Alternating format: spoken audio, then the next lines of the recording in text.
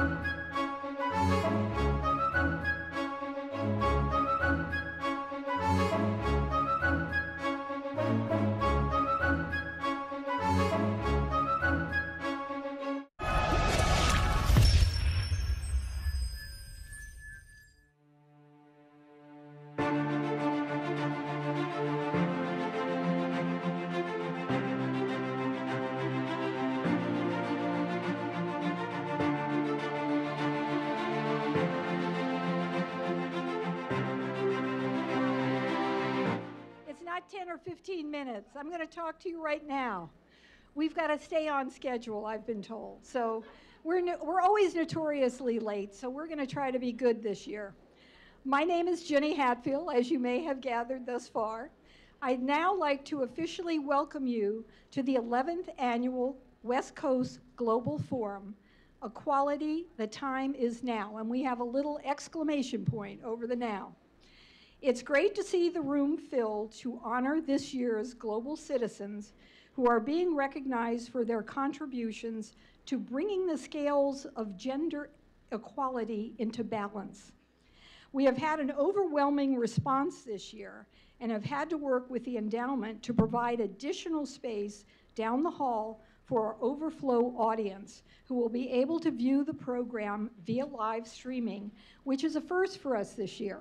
So I hope some of you who did get our emails notified your friends and the people in your organization so that they can tune in and watch as we go along. In addition to our global citizens, I would like to recognize some special guests who are here with us today. First of all is Natalie Africa.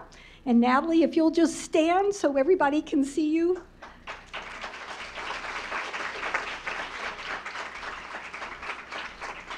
She is our keynote speaker and panel moderator from the UN Foundation on the East Coast, so she flew out last night to be with us. We have a couple of members from the LA Consular Corps with us. I'm not sure they're both here. Danielle de Bruin Grady, she is Consul General of South Africa.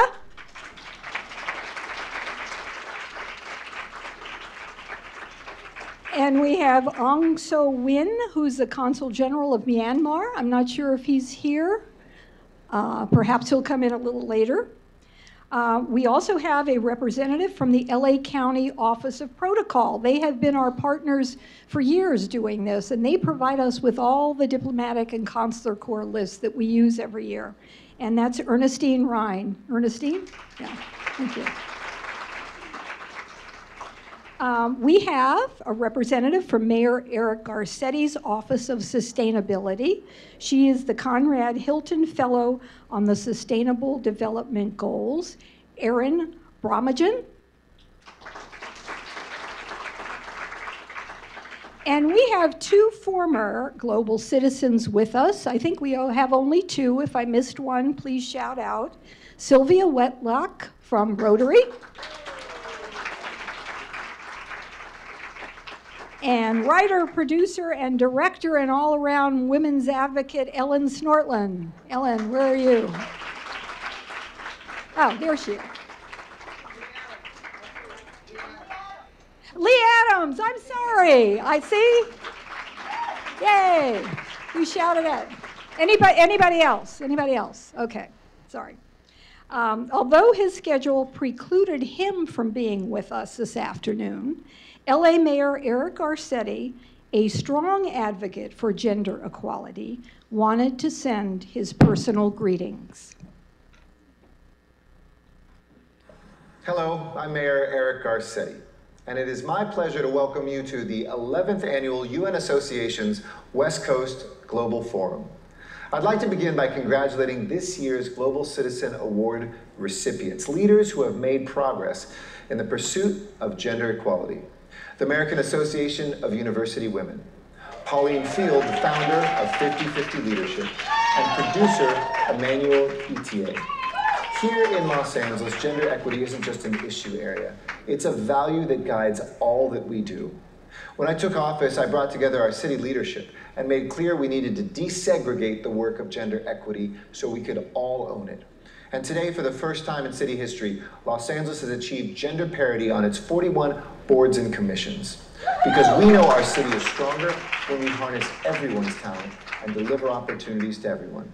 That's why we are one of the first cities to adopt the UN's Convention on the Elimination of All Forms of Discrimination Against Women, and why we are committed to the Sustainable Development Goals, including SDG's 5 different promises on gender equality and empowerment. Thank you for joining us in this amazing work and for your commitment to building a more equitable world.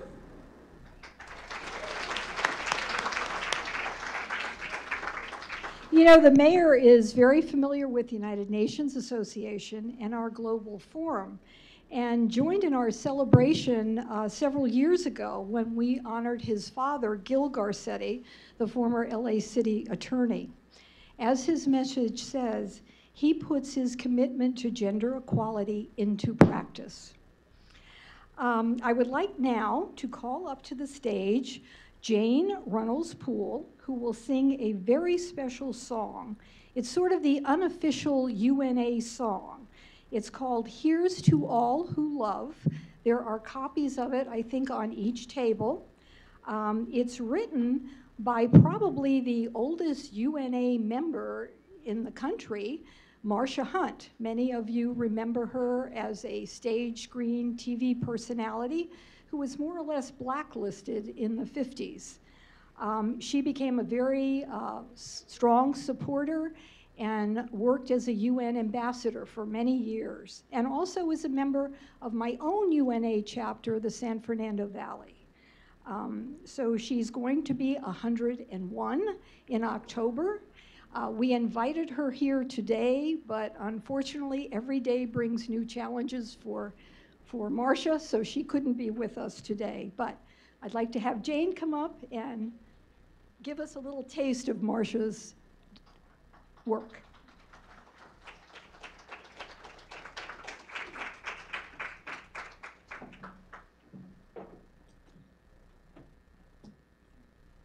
Hi, good afternoon, everyone. So as you see, we have her song, Here's to All Who Love. The way we're gonna do this is I'm gonna sing the first time around, one pass at the music, and then we're gonna, a second time, join it together, and I'll invite you all to sing with me in the song.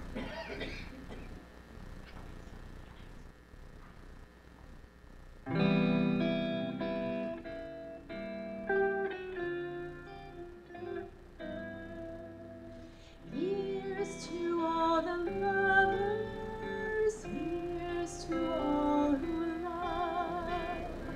Never mind their genders, their love will rise above. Here's to the joy and tenderness it brings, hope that soars on high wings and sings.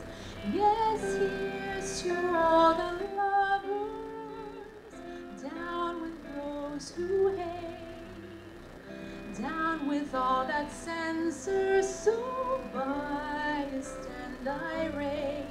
But once there's acceptance, here comes that dove, with peace to all the lovers and peace to those who love.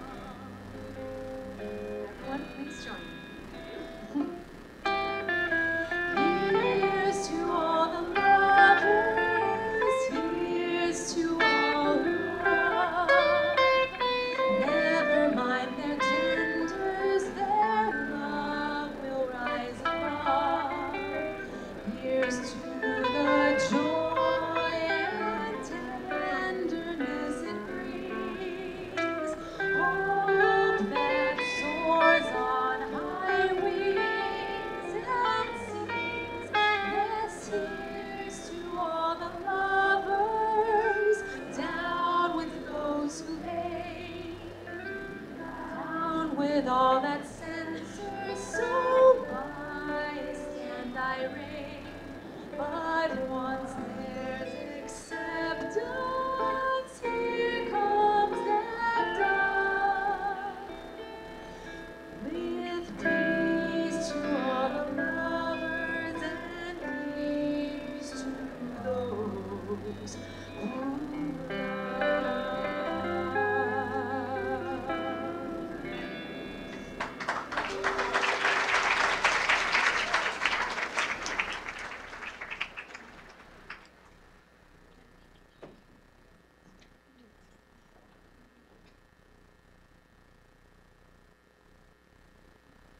I hope you've had some maybe stimulating and thoughtful experiences, and you're ready to sort of share those. So I'm going to call Barry up to the stage. Here he is. And he's going to take it from here.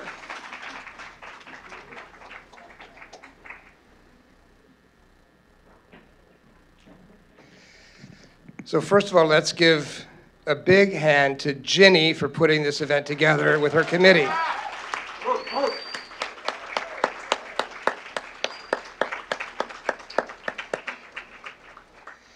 And what about another round of applause for that beautiful rendition from Jane Poole? Thank you, Jane. So I happen to be the president. I'm going to turn this so we're like turning towards everybody a little bit. Okay, just got my workout.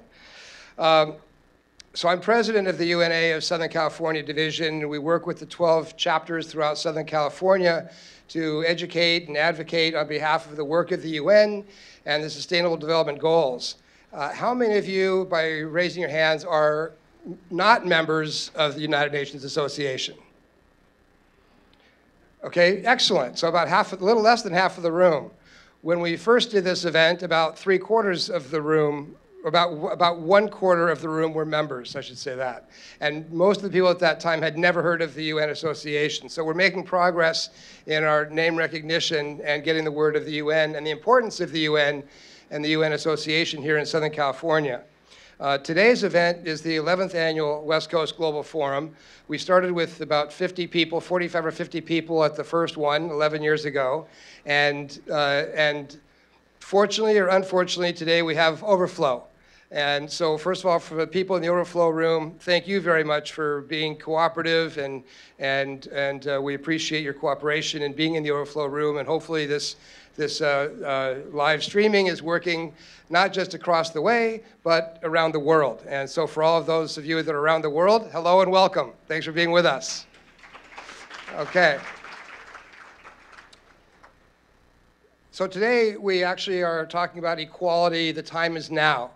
And it's really almost more about let's raise up that part of the population that really has been holding us all together and gives birth to all of us, but are continued to be slighted in most areas of our world.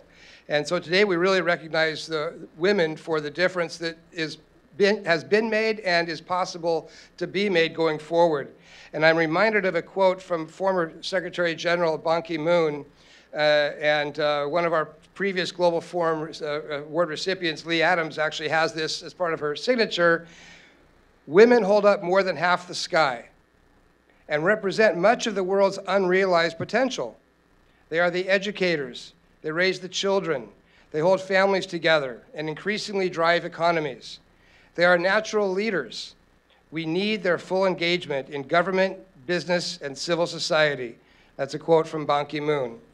And there couldn't be any truer words. Just a couple of days ago, I saw an email from Jennifer Seibel Newsom recognizing August 26th, just a few days ago, as Women's Equality Day. And she wrote that Women's Equality Day marks the 19th anniversary of the 19th Amendment being adopted, which granted many women the right to vote. She underscored many women because many women weren't allowed to vote even with that, especially people of the black community, until the Civil Rights Amendments, until the Civil Rights Bill. So, go figure, almost a century since women's suffrage, we're having to still take the streets again today to stop Supreme Court nominees and protect women's rights. It just makes her think, as she said, it makes us all think, maybe if we had more women and feminist allies in our government, we wouldn't have to keep fighting these battles at all.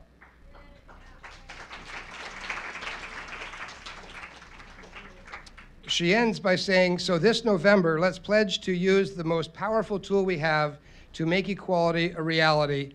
Let's all make sure that not just we in California vote, but we have all of our friends and relatives in other states vote as well.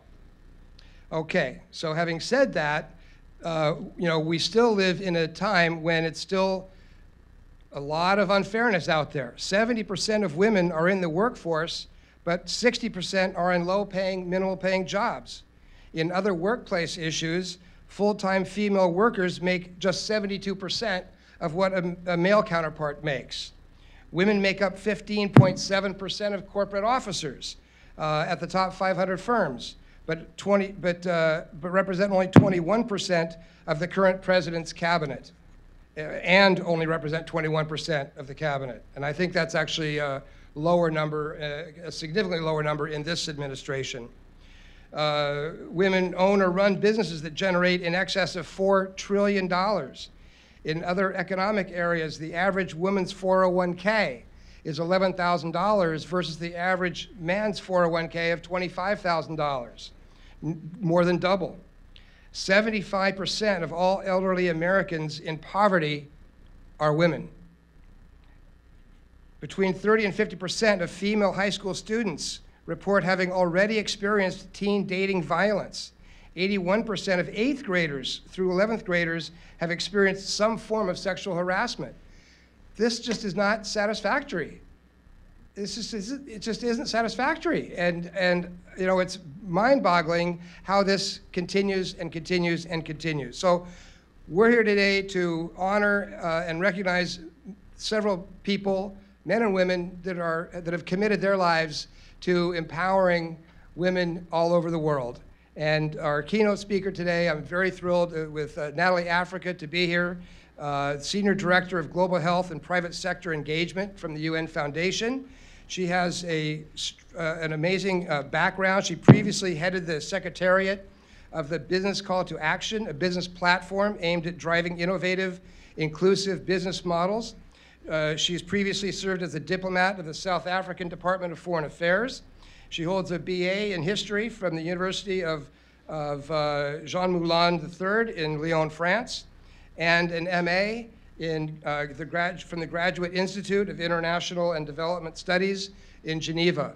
So we have a really top caliber group of people today. I'm thrilled that all of you are here today.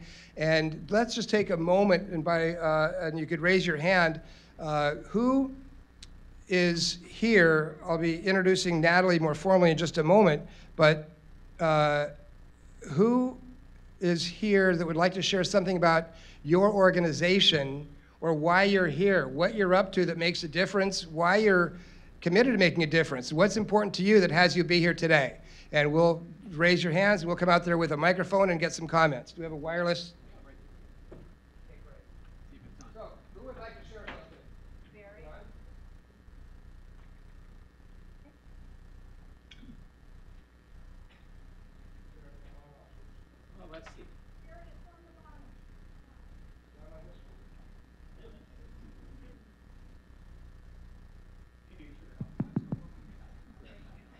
Okay, thank you, Tech Daddy. Yeah.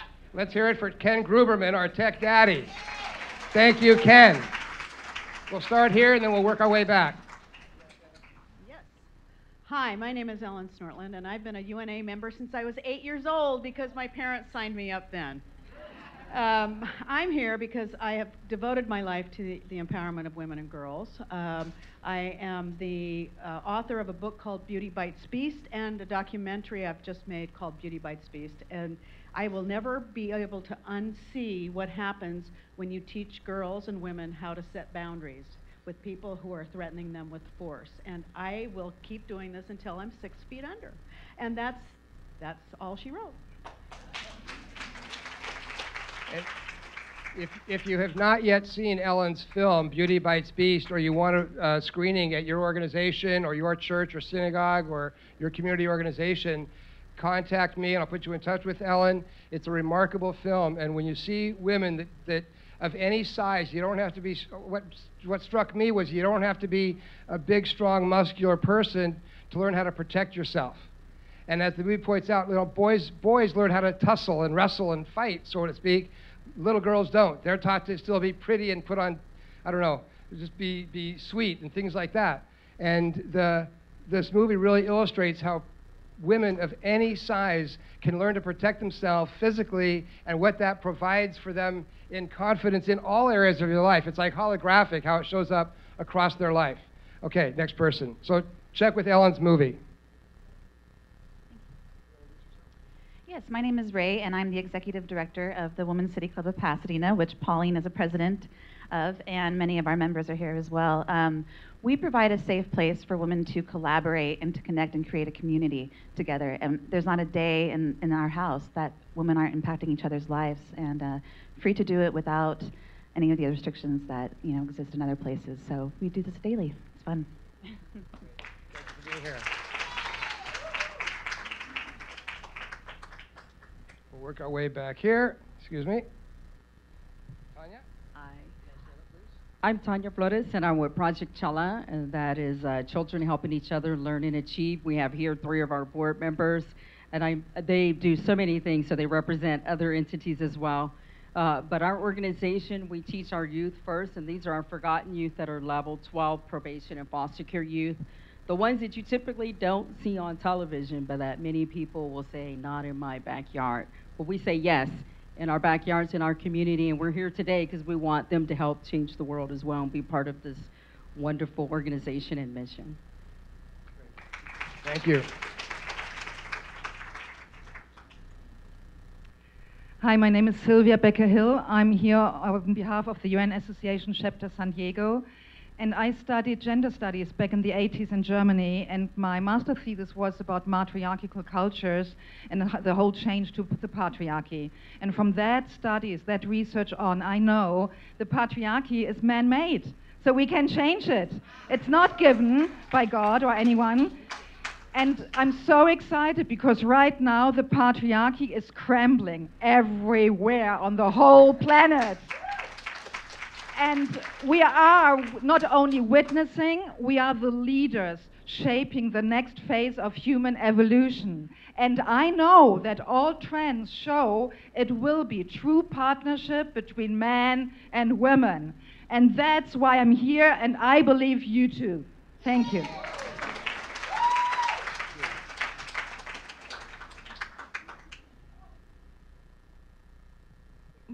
Yes. Hello, everyone. My name is Aruni Ganivattar. I am the founder for the Sri Lankan Youth Organization. You talk about gender discrimination. In my culture, we were taught to get married and have kids. When I came to USA, I felt like I was 10 years old. I felt like there's more to a woman than just being married and having kids. I created Sri Lankan Youth Organization in 2005 to build leadership and to help educate Sri Lankan kids in Sri Lanka. So with that, I built a chapter in USA, UK, and Canada. And today, and 7 chapters in United States. And all of the presidents are in those chapters are girls. And I'm so proud to see these girls stood up because I stood up. In our cultures, in South Asia, most of them, women are not considered as capable of doing things. Today, I have an 11-year-old daughter who look up to me. And I'm proud to say that I was able to do it because of organizations such as you guys gave me the guts. So thank you.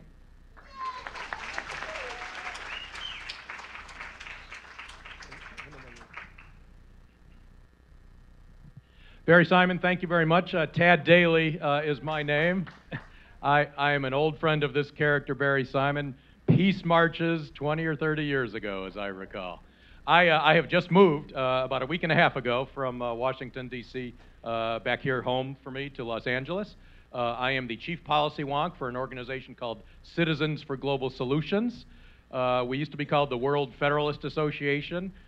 We have long considered ourselves a sister organization of the UNA. The UNA is about strengthening and supporting today's United Nations, and we are about envisioning tomorrow's United Nations. And I want to tell you very specifically, we and a lot of other civil society groups, and UNA is sort of involved in this, have a UN 2020 initiative. It is the 75th anniversary year of the United Nations, and there's a number of UN innovations that we're pushing, and the one that I am most juiced about is creating a UN Parliamentary Assembly. A number of national governments think this is really achievable in the year 2020, so that it won't just be national governments with a voice at the UN, it'll be Karen Bass and Kamala Harris and parliamentarians from all over the world will be able to have a formal voice at the United Nations. Check out UN2020.org, check out globalsolutions.org, and Barry Simon, my brother, I'm happy to be back home with you. One more on this side, and then we're going to go over to the middle, and then the other side just for another few moments.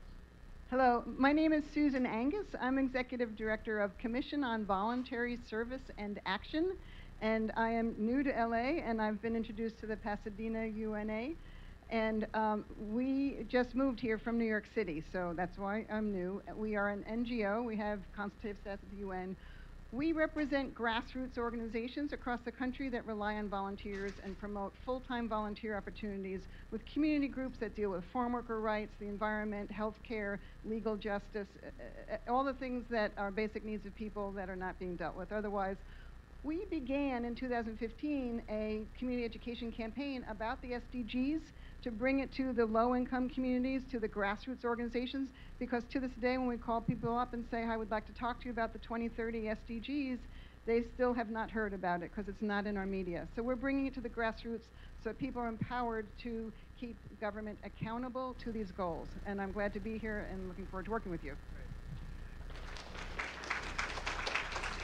Susan, just stand up again, Susan, for a second. You're the first person who, in the audience that's mentioned the SDGs, so as a result, you get your official SDG pin. Okay? All right, great, great.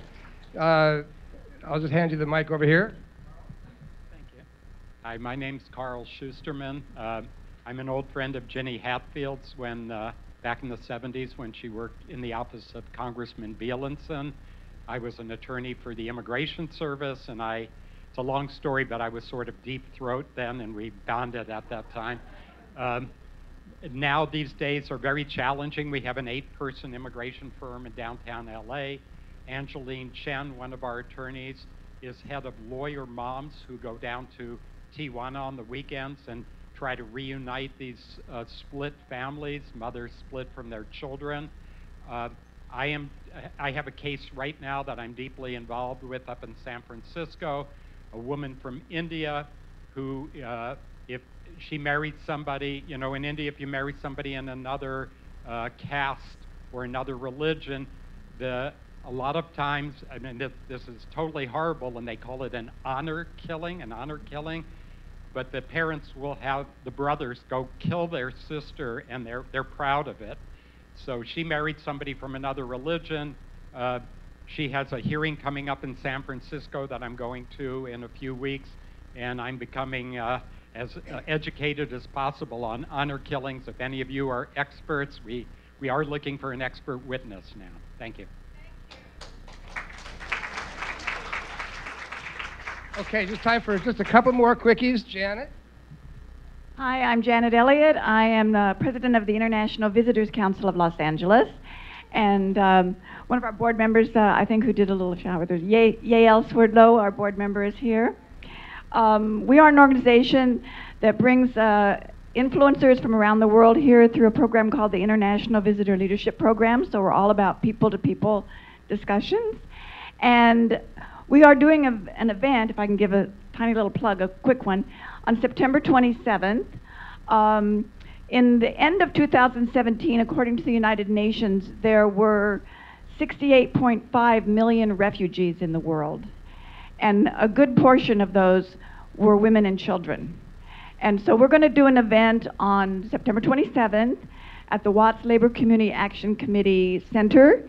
And it's going to be all about refugees, migration, and we want to give the facts, let everybody know what's the truth about refugees, where they're coming from, why they're coming here, and it'll be a day-long event. We have information, and so check it out.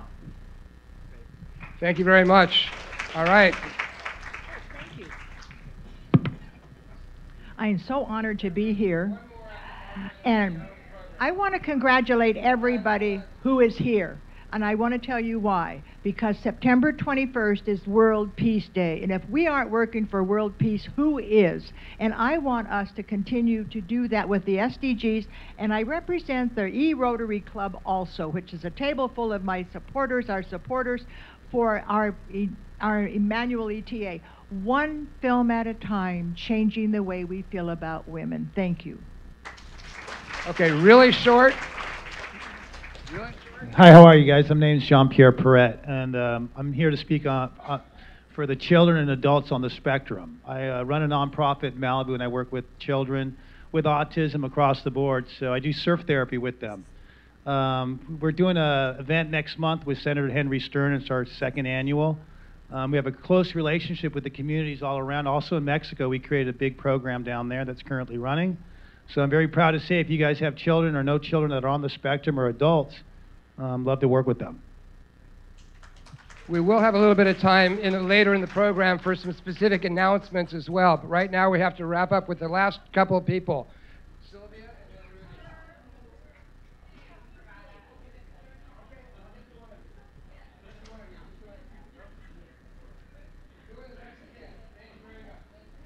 Barry mentioned a little quote from Ban Ki-moon that said, "Women hold up half the sky."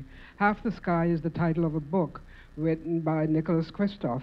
And I'm looking at this room full of volunteers, and if you haven't read that book, you should, because not only does he talk about women as victims throughout the world, including these United States, but he also tells you how you can counter this. And one of his chief solutions is education for girls. So all of you can find a little place in your organizations to focus on education for girls and read Half the Sky. And Sylvia is an incredible woman. She's actually responsible for breaking the glass ceiling of Rotary International, because if it wasn't for Sylvia, until Sylvia came along, they did not allow women. Sylvia broke that ceiling. Congratulations. Okay, who from AAUW? Okay. I would have Kim say this, but I'm representing the state of California. I'm the state co-president. We have over 30 people here today to support Kim, our CEO. Our organization has been around since 1881, and I have to read this because we just changed our mission a little bit. To advance gender equity for women and girls through research, education, and advocacy. And you'll be reading about our research, and Kim will be telling you a lot more about the work that we do. But Jeannie Hatfield is also a member of our organization, so you're all welcome to join us. Excellent. Okay, excuse me. There will be a little bit more time for some other audience participation later, but for right now, excuse me.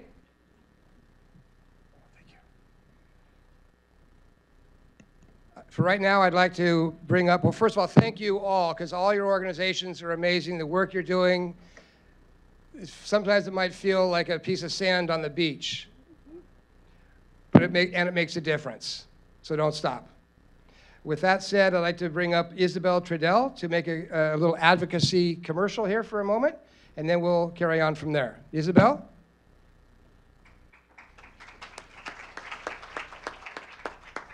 You might want to get your cell phones out for this one, please.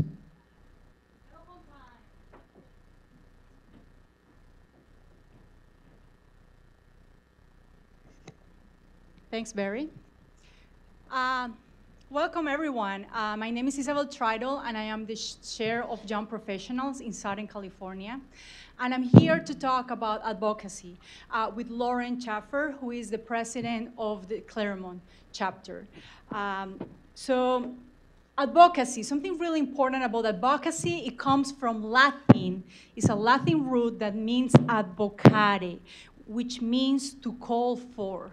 We can actually move forward. Perfect.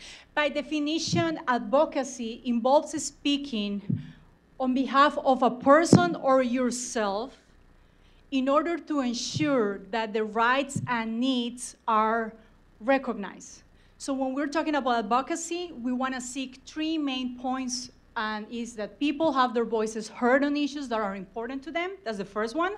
The second one is to defend and safeguard their rights.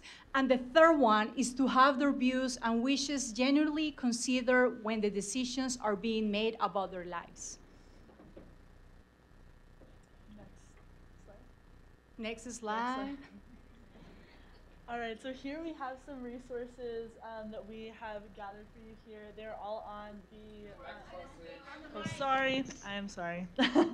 So we have all of these resources here for you. We will be sharing the website URL that you can go to find these. These are great resources for if you're going to a meeting, if you're going to prepare a report. There's a lot of facts, a lot of data, a lot of exciting materials there. So we can make sure all of these are shared with you. Next slide. And so how can we advocate right here, right now, in this room? Because I know we are full of a room of excited, advocating, wonderful groups here. So what can we do right now? We can all get our phones out, for one. So everybody get your phones or your laptops out. There is Wi-Fi. I think the Wi-Fi name is TCE Guest, and there's no password if anybody needs Wi-Fi. And so here's some steps that we can use to do a quick little advocative, you know what I'm saying. And so first go to unausa.org/advocacy. So go to unausa.org/advocacy. On the advocacy page, there will be a list of links on the right-hand side, and you should select either one of these, either reject the president's proposed UN budget cuts or support bold U.S. leadership on climate action. So you'll click either of these links, and then again on the right-hand side of the next page, there will be a link that says, click here to send a letter to your elected leaders. And once you click that button, there will be a list of prompts for you to add your information, and then you can send the message. And so in addition to these instructions we have right here, we also have a bookmark for you today that has these instructions on the back so that you can share these with your friends and family. And as time goes on, you can revisit the website and go through the steps again.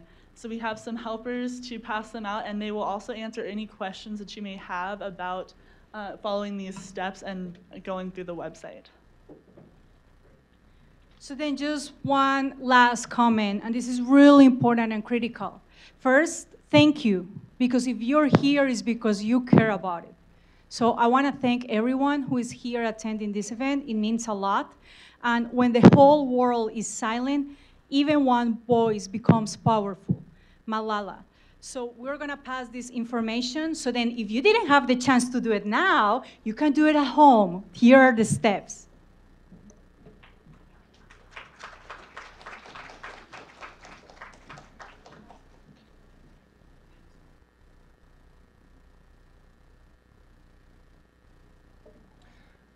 Okay, Isabel and her assistant, thank you very much.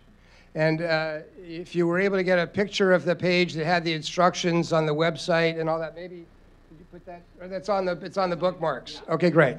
So take the bookmarks home. If you were not able to do your advocacy moment right now, please take a moment when you get home later today or first thing in the morning and send an advocacy message. Once you sign on and follow those instructions, it's very, very simple. Okay? So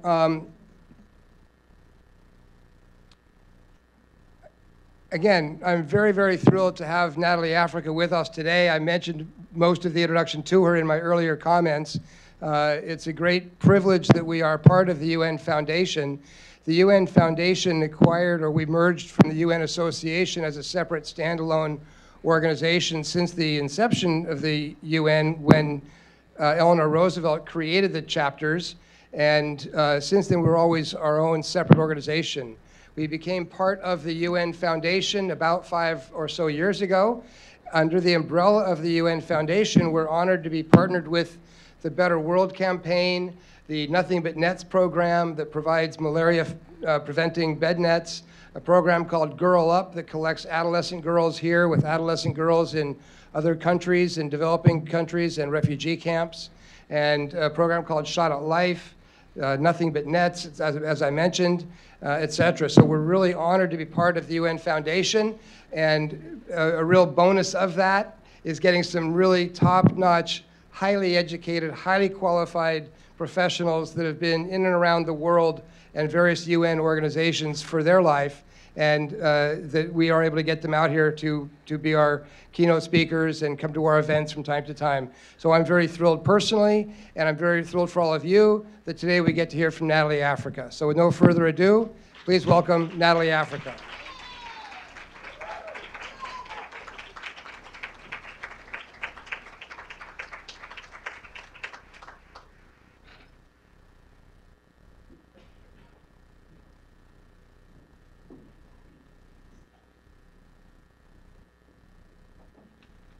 Thank you, Barry. That was a fantastically warm introduction, so I appreciate it. And thank you for getting me out here, because I hadn't been to the West Coast in over 20 years. Yes, it's true. And my sister used to live here, and the last time I came was when she was a student here. So an added bonus of being here with you wonderful people and being in your beautiful city is that I also got to see a childhood friend, Danielle de Bruyn, who is now the South African General Consul here in LA, and I haven't seen her in over 10 years, and I had no idea she even lived in LA. And when she walked in a few minutes ago, I was like, what are you doing here? And she's like, what are you doing here? So, so we'll catch up a bit later. But I'm gonna have my water. I just wanna warn you, because I'm just recovering from a cold. We've been talking about gender equity. One of the things many of us as women know is that when it comes to office buildings, they're not made for women. The AC, the air conditioning. So my office is like a refrigerator in New York, and I've been sick for 3 weeks, and I went to my doctor on Friday, and I said, I'm gonna be traveling to LA. I can't be sick, I can't be coughing while I'm speaking. So he gave me something, but hopefully I'll be okay. But I just wanted to warn, in case I have a coughing fit, I'll try not to. So, my remarks today are probably going to be a bit different from normal UN speak, so I'm just warning you, because I felt it was important to get a bit more hard-hitting and personal on the issue of equality. So, you know, it's going to be a bit different. But the first thing I just want to ask, I heard a lot about who you are. Some of you were speaking earlier, and you're all very motivated and passionate around equality and so on. So I want to ask, how many of you in the room, if we look at the theme of the conference today, how many believe that now is the time for equality? Okay. So Danielle's saying yes today. Exactly. So my feeling is that if we had sat in this room in 2008, the year Obama took office, every hand would have been up. If we'd been together as progressive, enlightened people during the 60s civil rights movement, every hand would have been up. During the suffragettes movement, after the abolition of slavery, most people who believed in equality said the time is now. And yet, despite progress that has been made through blood and sweat, yes, slavery was mostly abolished, women attained the right to vote, legal segregation was largely overcome, so progress was made. But we're still far from what we feel is true equality.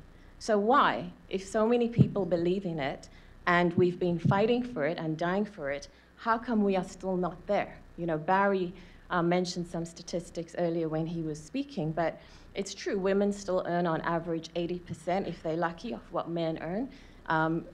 Less, if say you're a black woman in the US, it's maybe 60%. 1 in 3 black men in the US are in the prison system, 1 in 3, okay? If you are LGBTQ, male or female, anywhere around the world, you're at a disproportionately high risk of homicide as well as suicide. You know, so what are we missing if we all say we believe in equality now, yesterday, but we still are not treating people with equality? Why?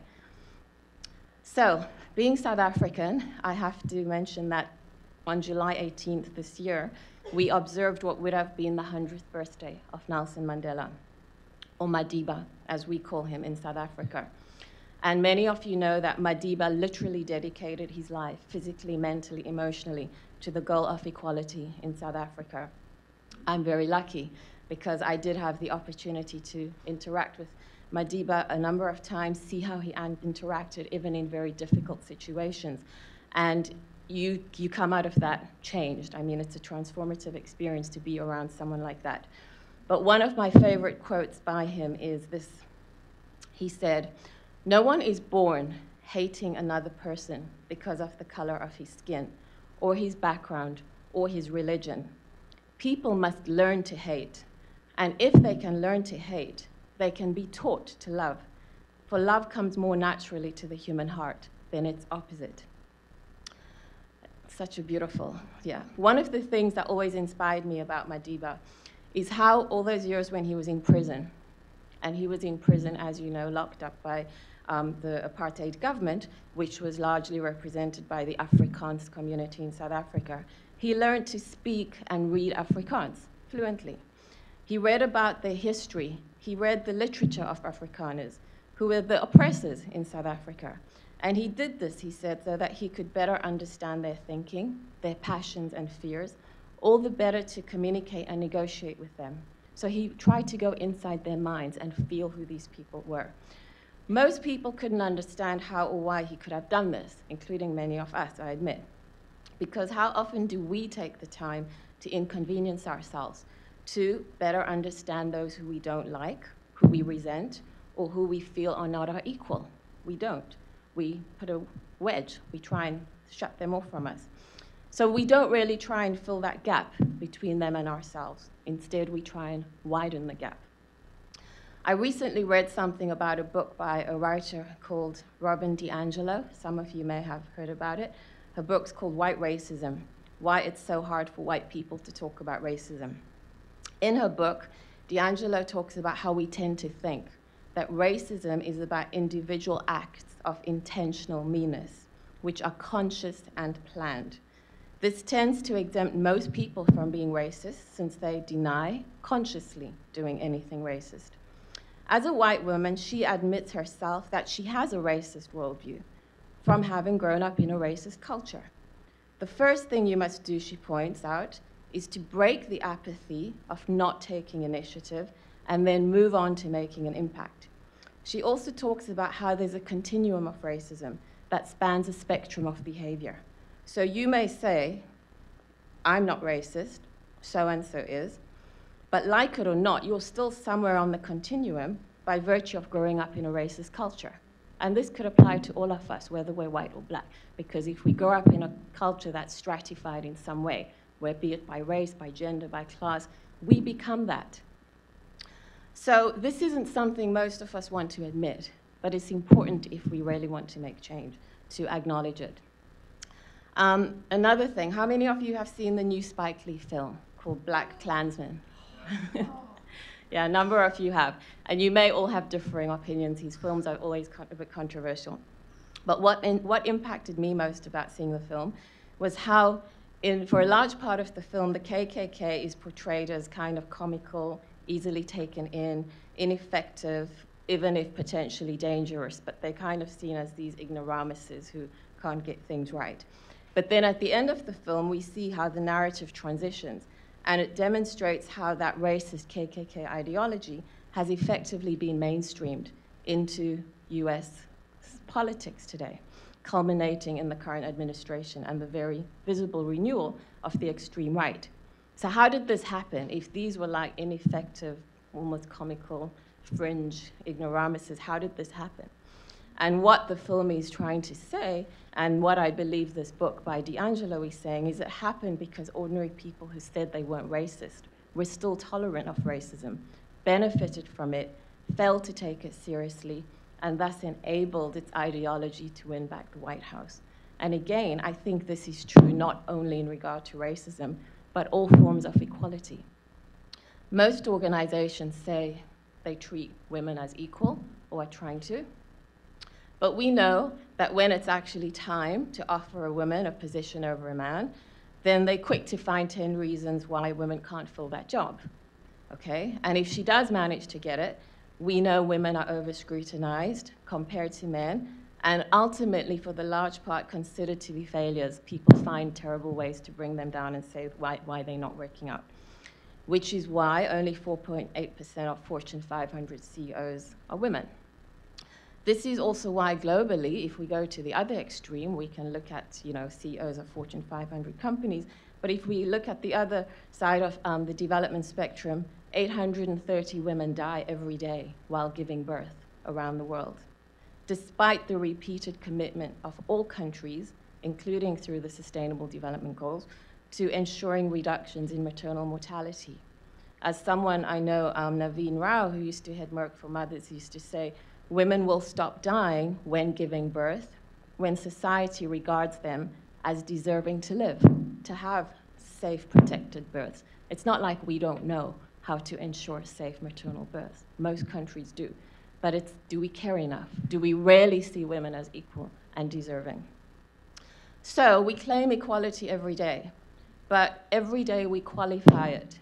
We put caveats on it. We flirt with inequality, discrimination, and judgment.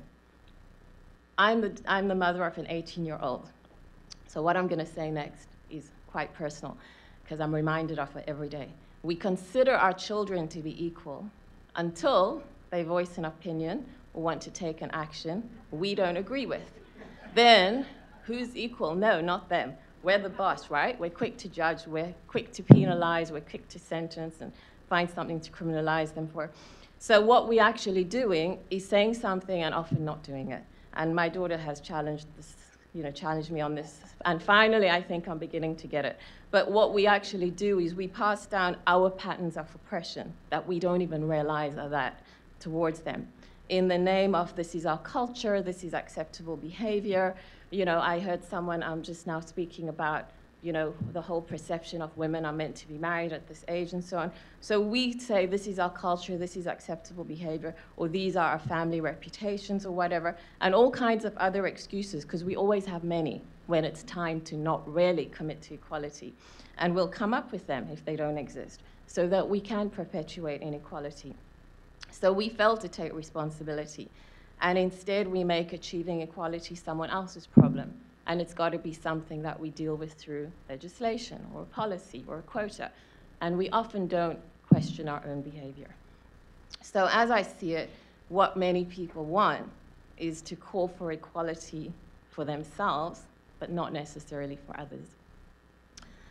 Goal 10 of the SDGs is all about reducing inequality within and amongst countries. And if you look at the SDGs, and we have them on our tables, you could say that all the SDGs are interconnected to help meet this goal.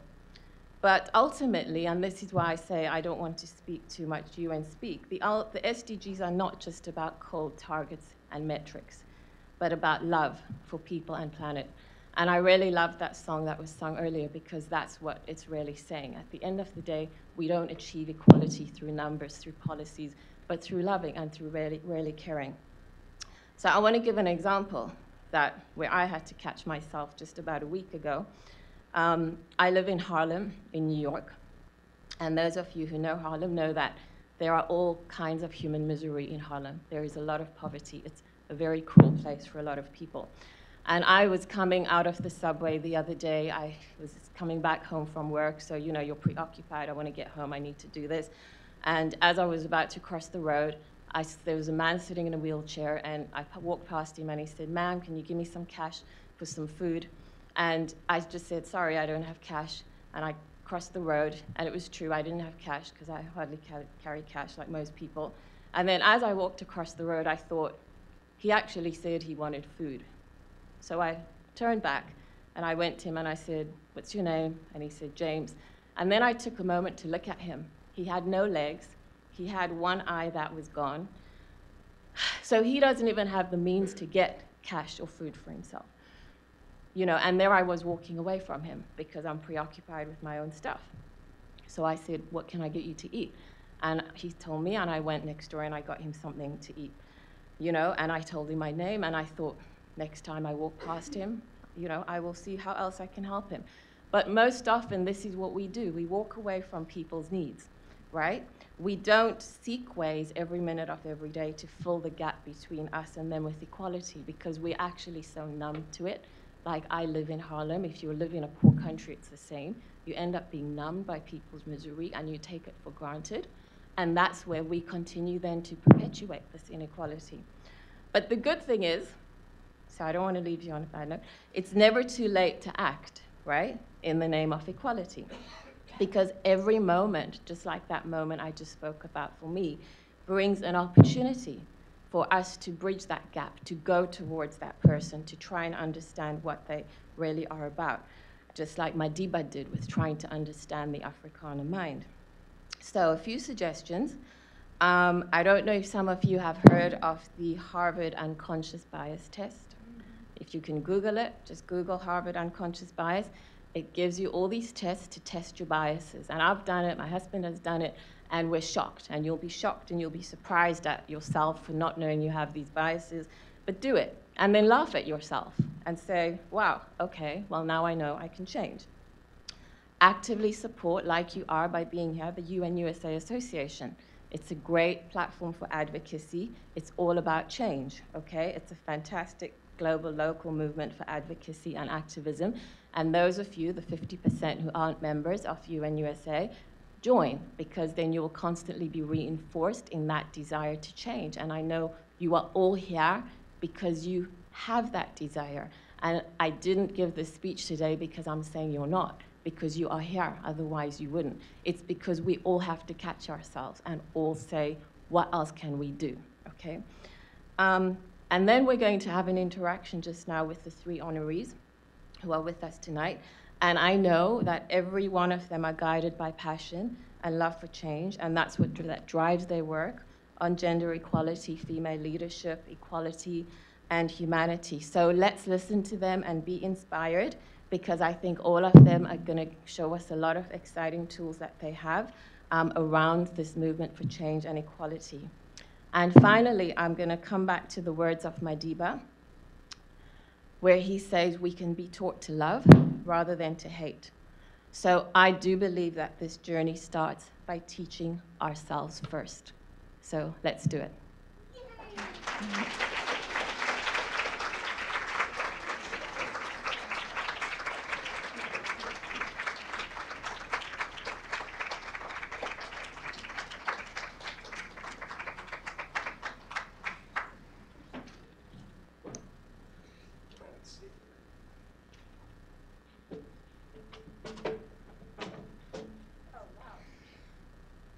Natalie, that's amazing comments. I'm reminded of when I first visited the Museum of Tolerance in Los Angeles, and there was an area that had 2 doors, and one said prejudiced and one said not prejudiced. And to go into that area, you had to go through one of those doors. And most people, as I was watching, would try to go through the not prejudiced door. You couldn't. And we all have prejudice, as you mentioned. And you know, I know that I was raised in a family with a mom, a dad, and 3 brothers. So how I related to women was very much affected by that, and not having any sisters. And so for me, it's been a lifelong learning. I know I've made my errors, and I probably still will make some, because it's like you said, it's kind of almost in the genes. And how do you get through that and become a better person? And it's just an ongoing commitment to being a better person. There is no end.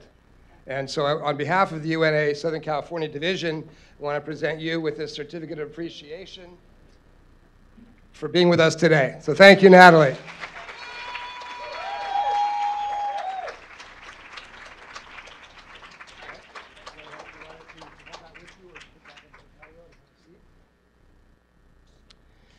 Okay, so now I'd like to present the first of our 3 Global Citizen Award recipients. And along with each Global Citizen Award recipient, we'll be coming up with a person to be making some comments and a person to be presenting the award. So first, I would like to invite Judith Harris, Ellen Snortland, and Global Citizen Award recipient Pauline Field to the stage.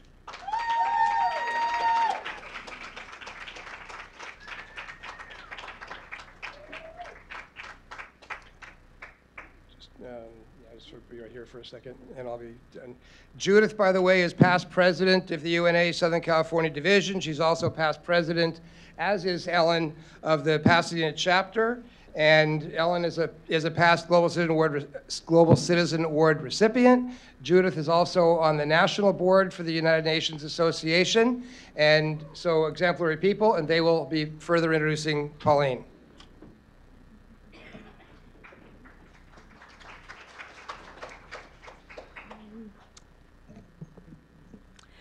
Pauline Field was born in London, England, and she founded here 50/50 Leadership, a nonprofit promoting women's equal leadership after leading the establishment of the Glendale Commission on the Status of Women. When developing the proposal for the commission, she realized how few women are in top leadership positions in all walks of life. And as we are half the population, decided to work for women being half the leaders. She published her book, Feisty and Fearless, Nice Girls can, capitalized, be leaders and has appeared on a number of radio and television shows. Pauline is the president of the Women's City Club of Pasadena, and she has received many awards, too many to mention here. I had an alternate speech which lists them all, but a lot of them are in the program. So please be sure to look in the program book to see more. But I can't not say that Pauline created and was the COO of Fieldworks Incorporated, a global management consulting agency which grew so fast that Inc. magazine invited her to be part of the fastest growing 500 companies at that time. And this was a while ago, so that was really an achievement. And she also has recently been national chair for Kaiser Permanente's Women's Empowerment Program. I've seen the results of her work over the 15 years that I've known her, first at a UNA Pasadena chapter event where she spoke about women's leadership. Soon after, Pauline became a board member, and during her tenure created a UNA advocacy presentation which was taken to many organizations in support of the United Nations Association. She facilitated a UNA board retreat for the chapter, and later 50-50 Leadership and the Pasadena UNA successfully collaborated on the Women of the World event for 7 years. The first year, 50 attended. By the 7th year, attendance was over 300. And Pauline drew a large group when she presented at a Pasadena chapter coffee talk on International Women's Day. Pauline, through 50-50 Leadership, created Leadership Circle, a training program for women. I was honored to attend the women's presentations on the outcomes at the completion of their program. They were each prepared to go out and be a leader. Currently, through 50-50 Leadership, she is heading a financial literacy program for young women who grew up in foster care. Pauline has worked continuously and selflessly to empower women of all ages while simultaneously including men. She is an inspiration and role model in her dedication and respect for 50-50 leadership. Congratulations, Pauline.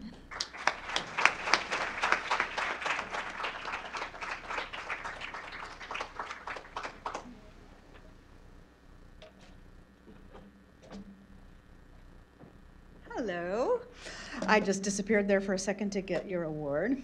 I am so honored to present you with the Global Citizen Award, which I'm informally dubbing the Badass Award. And I would like to bring badass into polite society.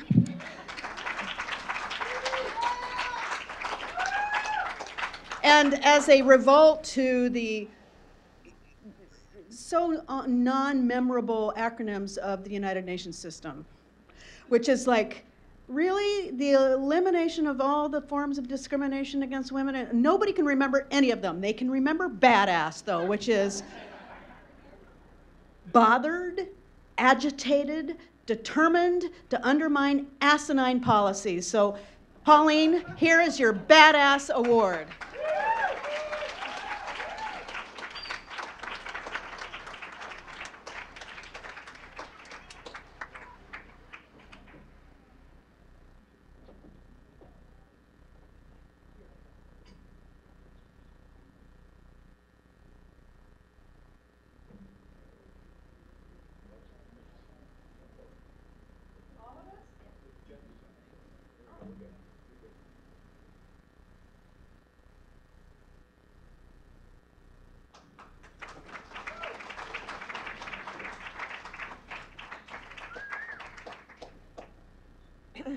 Thank you, Judith and Ellen.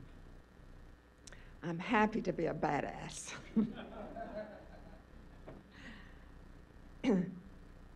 And first of all, I want to just add to something that was said, that Half the Sky was written by 2 people. Cheryl Wu Dunn and Nicholas Kristof. And unfortunately, often it's just Nicholas that gets the credit, but she wrote it too. So thank you, for the introduction, Judith, and thank you to the UNA Southern California for this honor, and to Ginny and her team for putting this on. I know what it takes to put on an event like this. And of course to Barry, who's been, it's his brainchild and his vision for 11 years. And thank you all for being here. And I want to thank also all the volunteers over the past 15 years that have worked with me in all the endeavors at 50/50 Leadership. I'm always wanting to be present to why I do what I do. Why do I put in such long hours that my husband Barry has to joke about needing an appointment to see me? To help me with that, for the past 15 years, I've scoured over 150 news sources to publish the Equality Standard each month, providing news of, about, and for women locally and around the world, and it keeps me informed of just how women are doing and how men are supporting us or not. Our vision at 50/50 Leadership is that all leaders in the world, at all levels, from family to corporate to academia, the arts, industry, government, are women. I know we've got a long way to go. There are, however, women everywhere whose potential for leadership is never realized. We've just launched a program that addresses a segment of these women, those who grew up in foster care. Let me tell you a few things about what growing up in foster care means. It means that unless you are one of the lucky 15%, you will be abused. This might be sexual abuse, emotional, or physical abuse. It might mean you are neglected. It means you will not get love from the surrogate parents and that you will not be taught basic independent living skills.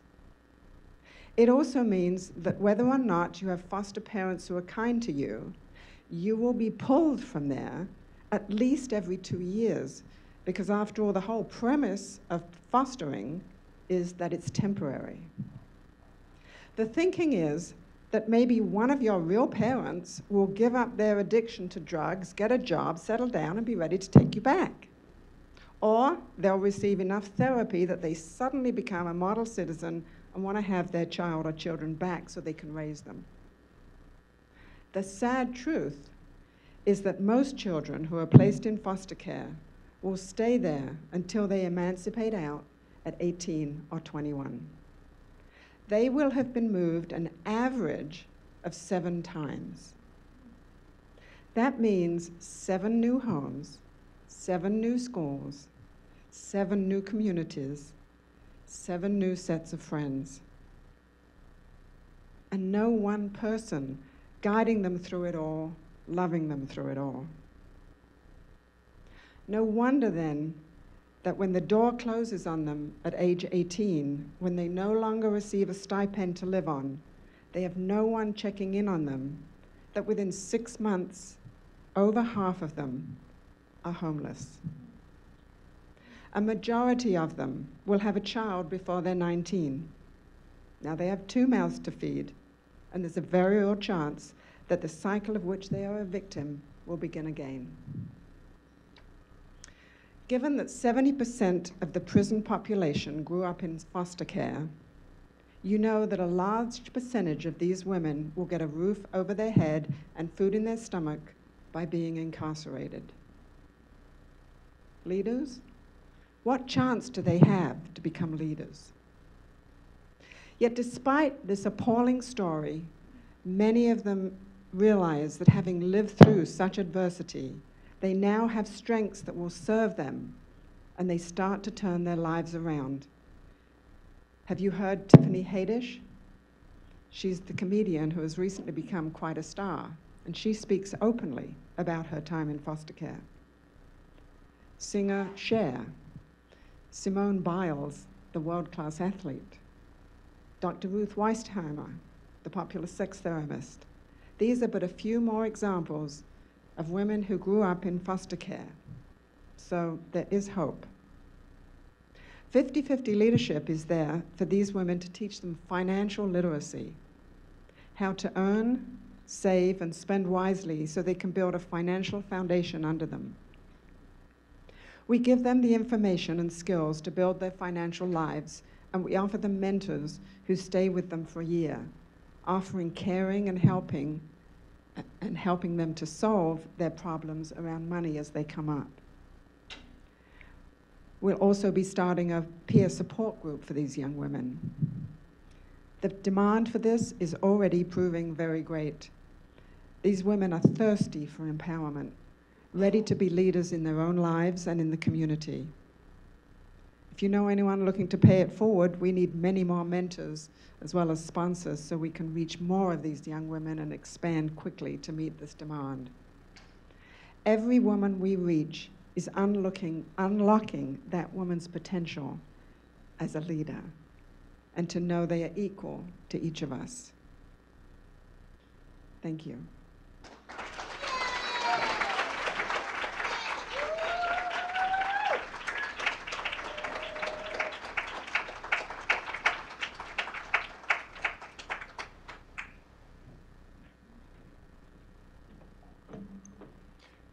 Thank you, Pauline. The next people to come up will be Barbara Goen-Mueller, Mark Fowler, and Global Citizen Award recipient, Emmanuel Itier.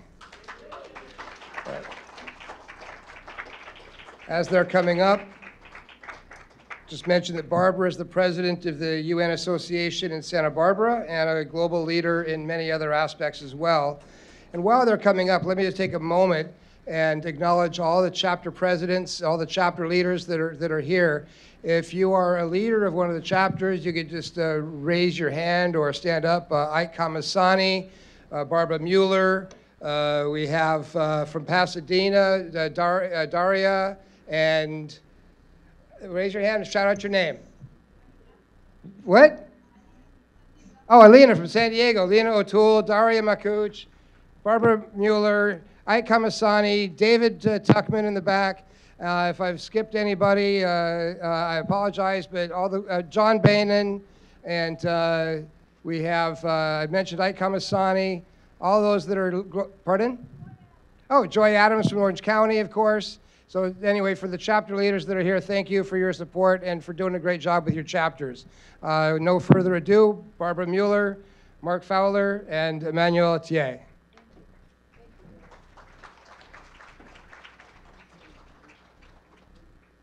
What an honor to be here to represent FEM, Women Healing the World.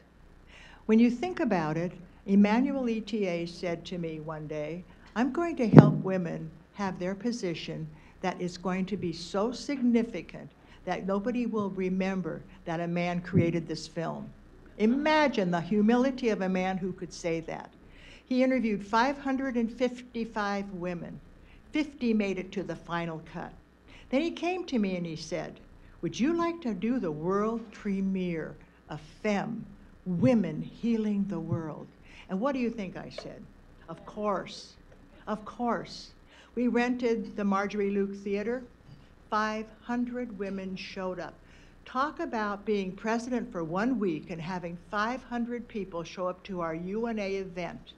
If you want to have a crowd, invite Emmanuel to share his film with you. We thought that we were doing great. And then he creates another film, The Invocation. Then he creates another film, Cure. Why? He's changing the way we see peace on planet Earth, one film at a time. What did he start with? Us. Be glad you're a woman. And men, be glad you support us. And men, we love you. We're not saying you're not important. I wouldn't be here without my dad. I always told my mom that. She was a feminist from the beginning. My grandfather immigrated from Hungary because he said, no more war. And when I was 3, what did he tell me? I was going to be a peacemaker. I said, Grandpa, I'm only 3. He said, but you're going to be a peacemaker. And so I married Robert Mueller to continue that. And in comes Emmanuel again. Every time I turn around, because we live in the same town, we get the opportunity to enhance women and film. Sharon Stone is his co-producer. I could tell you more about Emmanuel, but he has a little film which will make you be glad he got this award.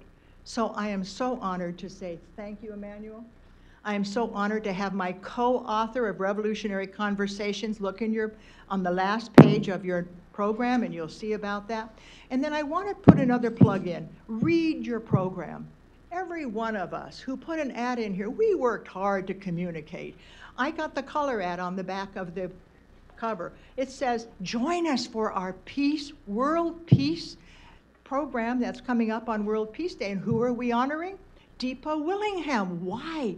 She, when she was 60 years old, started the PACE school in India. Why? Because girls had no chance to be unsold. Once you're sold for grocery money, you think about that. So that's why we're honoring her on the 21st, and I hope you come to Santa Barbara to Emmanuel's film today and to Mark Fowler. I want to thank you both for supporting the women in your life.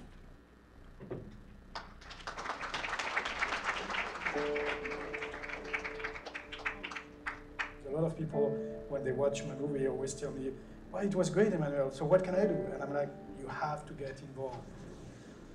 There's a revolution of spiritual seekers and warriors are coming out. Look at all of these people marching for peace together at the exact same time. Humanity. It's remarkable. It's magic. The journey into self-realization and discovery begins with a desire for connection. If you look at all the people in history, from Jesus Christ, or Buddha, or Mohammed, or JFK, or Martin Luther King, or Obama, it's all simple people that we are, who suddenly said, enough, I'm gonna get involved. Run for office. Women are becoming the primal power person. La próxima revolución probablemente venga de las mujeres, de la pasión por vivir. Any woman who knows how to run a household knows how to run a world.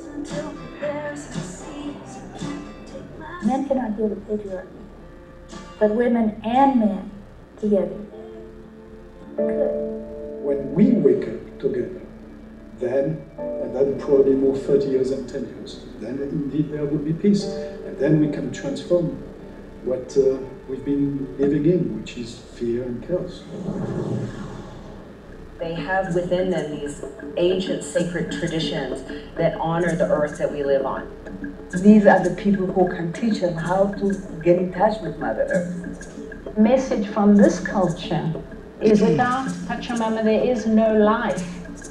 Connecting to the shamanic path is a very integrative aspect. It's very easy to connect to it. It's so intuitive. It's who we really are. It's our source. Just don't wait to be saved. Do the saving yourself. We are all supermen and superwomen. We all have incredible capacities of healing and helping each other, and we all have great ideas. Imagine 7 billion unique beings who get that their unique way of interacting with the world, perceiving the world, communicating with the world is viable, is valuable, makes a difference, is significant for each of us, and to help each of us through each of our unique perspectives to appreciate and get the magic of it all, what we're really capable of. Come home to who you really are. Experience the love that is your own essence. Feel the goodwill, feel the oneness.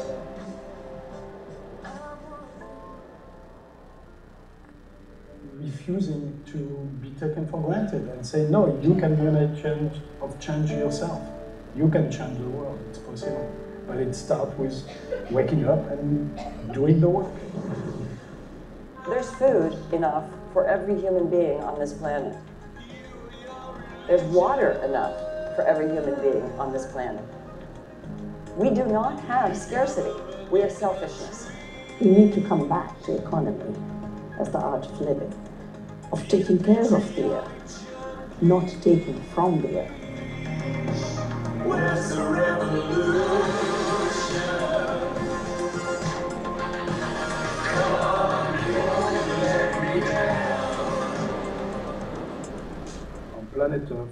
exactly 7 billion genocides. There is not one single Indian, there is not one single slave. We are all free spirit, we are free human beings. Everybody can make a change. You know, it's so simple to make a change. Every single day when you cross paths with somebody, look at them with love in your eyes. And that's how you change the world, is really by sending that message of love constantly.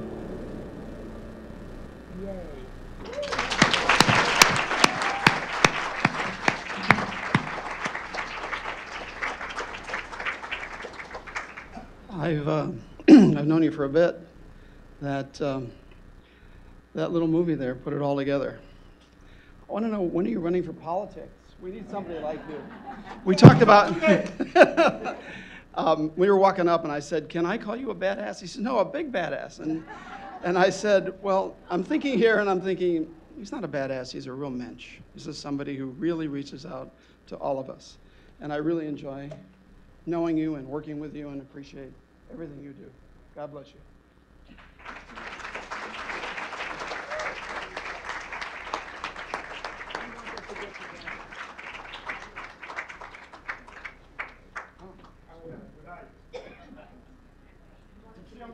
I know a little bit about the light. It's my best and worst enemy. Okay? Pass.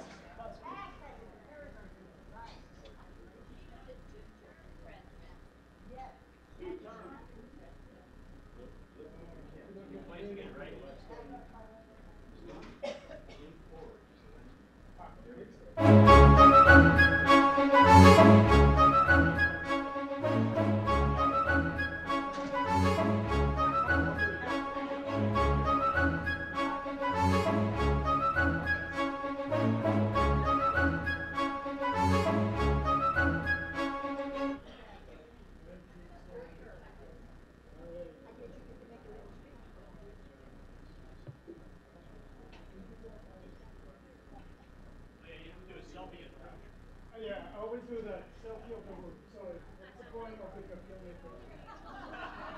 Come on, please. Alright, so now you're going to hear my broken English with a horrible French accent.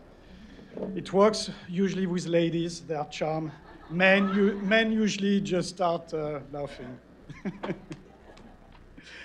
I've got one page of people to thank. I always start thanking people this way. Don't forget anybody, because you know in speeches people always say, oh, and I hope I didn't forget anybody. Well, I start with this before I run out of time. So thank you, the UNA, obviously, for having me here. It's a huge honor. I've been a UNA member for now 4 or 5 years, thanks to Barbara Gogan-Muller, who is the first person I have to thank because she nominated me. See, a woman nominating a man, that's, you know, right there humbling, you know. And actually, as a man, I owe everything to women because, hey, you gave me birth. That's because I'm here. That's because of you. Thank you, obviously, the leaders of this chapter of the UNA, Jeannie Hartfield and Barry Simon. I'm not sure where you are. Thank you so much. All my brothers and sisters of the Rotary Club. Damn, 2 years as your president? Are you crazy? It's like after 1 year, it's like, can you stay 1 more year? I'm like, okay, fine. I mean, thank you also to my financial angels, because, you know, we never thank enough our sponsors. So even though none of them are here, maybe they're watching on the net. So I have to be very thankful for them. And mainly Barbara Lazaroff, Peter Klaus, Jennifer Salchi, Andrea Barron, Annette Muller, Don Zul, and Margie E. Webb. Notice how many women. One guy, the rest women. Yeah. Anyway, just saying. Thank you also to my distributors, because as filmmakers, right, that lady knows it's so damn hard to get distribution. And for the last 2 movies that are released on November 4th for We the People, To Vote and Rock the Vote, and December 5th for The Cure, we have a great distributor named Freestyle Releasing. So I really want to thank them, Byron Allen, Chris Carambolus, and Dan Fisher for giving me the love and support. It's so important as a filmmaker. And last but not least, my true and spiritual partner and meaning of my life, my wife, Roxana Bina. She couldn't be here because she's taking care of our 3 boys, young boys, Felix, Max, and Rex. So I'm so thankful to her. And the godmother of my kids, my producing partner of the last year, Miss Sharon Storr. I really adore you all. You're beautiful soul. And you bring tears to my eyes. Okay, let's get together, Emmanuel. You can do that. So the theme, Ginny called me and she said, remember the theme? I'm like, yes, I remember the theme, and I did my research. Our celebration this year with a UNA event and focus is gender equality. As you can see by a quick sample of our work, I've always been committed to this crusade. And it is a crusade, because you ladies can only vote since 1920. It's really not normal. But what about the other constitutional rights for women? I live in America for 30 years, so I've been, always comparing my homeland, France, who is a little bit more advanced, but not so much. And actually right now, it's like a big battle. But anyway, let's focus on America because we're all living here. So how can we have gender equality today when from the beginning of the Republic of the United States of America, women were left out of the Constitution? Abigail Adams is quoted as suggesting to her husband, John Adams, "Remember the ladies, do not put such unlimited power in the hands of the husband. Remember, all men would be tyrants if they could." Oh, wow, what's going on today in the world? "We are determined to foment a rebellion and will not hold ourselves bound by any laws in which we have no voice or representation." Whew. Well, ladies, it might be time to lead a rebellion again, because today you still don't have equal constitutional rights to women. Even so, in 1923, the Equal Right Amendment was introduced in Congress to give women all the other rights in the Constitution, among other equal rights for property and employment. The ERA was never, ever, ever, ever passed. Is it because we only have 20% of women in Congress? Is it because Trump's cabinet is composed of 19 men and only 5 women? Is it because there is only 1/3 of women at the Supreme Court of Justice? I don't understand. It's insane. I counted. There are basically 163 million women in the USA and 158 million men. What's going on? Clearly, we, the people, we are making the necessary effort for gender equality to be a reality, as you can see with the recipient of Today Global Citizen Award. But we need to make our government accountable. And thank you for our mayor, by the way, and his work. You see, in Los Angeles, it can be done. So we need them to take action. No more dreams for gender equality now. Ladies and gentlemen, this is a call for action. Peace in action, peace in running for office, whether it's your UNA chapter, your Rotary Club, your church, your state, your school district, or even in 2020, running for president. And I can tell you, I see a lot of good candidates among you. Ladies, all over the world. We are on the internet. Where's the camera? Ladies, wake up. We cannot wait to be safe. We, the people, are the savior of each other. It's time right now, right here, to stand up, unite, and exclaim loud and clear our freedom of speech, our right for equality, peace, and justice for all. In one S, we heal the world. Blessing. Love you.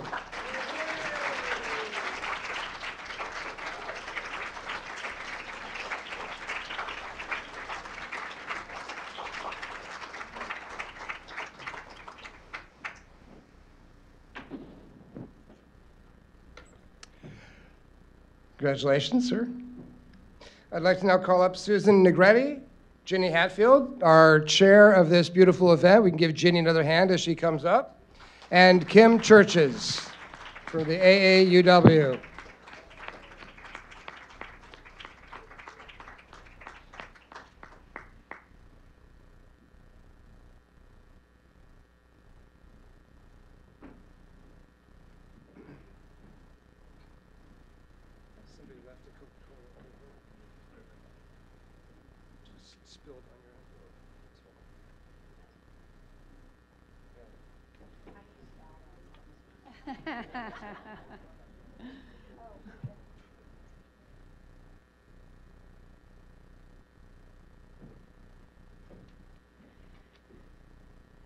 This is a memorable day for AAUW and for our members who are here representing California's 125 branches and over 10,000 members, and to witness the presentation of this prestigious award.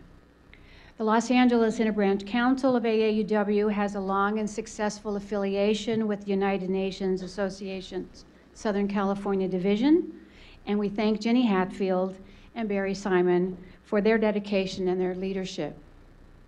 It's a real honor for me to introduce AAUW's CEO, Kimberly Churches. You can read a lot about her in your program, but I'd really like to tell you how I feel about her. She's a woman that I think is the right person to lead this organization deeper into the 21st century with clarity, purpose, and commitment. Kim has used her first 18 months in office to travel around the country, meeting with AAUW leaders and members to share how the grassroots organization from this group, who started in 1881, focuses its efforts to improve the lives of women and girls both in this country and around the globe.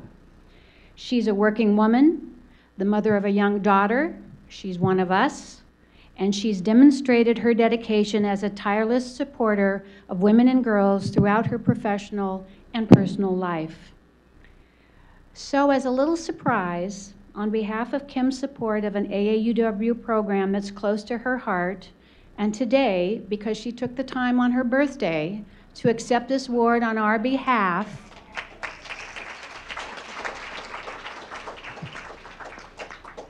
I'm very pleased to gift her with the announcement that the first Los Angeles chapter of AAUW's Younger Women's Task Force will launch this Friday.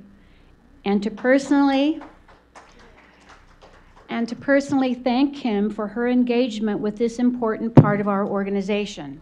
And also, I know that she mentored the talented young women who are our legacy and will continue our work. Kimberly Churches is a visionary, a strategist, and a dedicated leader, and I'm really honored that she's here today to accept this award on our behalf. Thank you.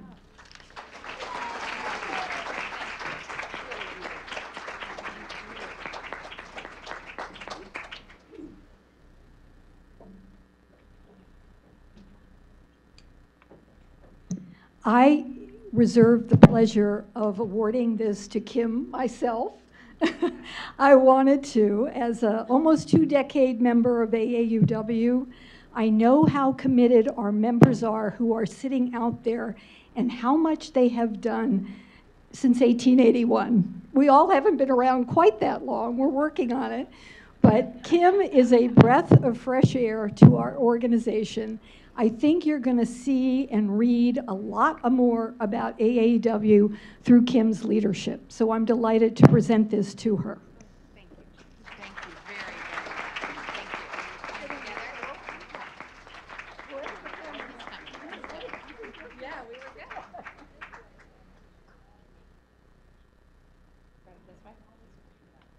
This way? This way. There you go. That good? This way?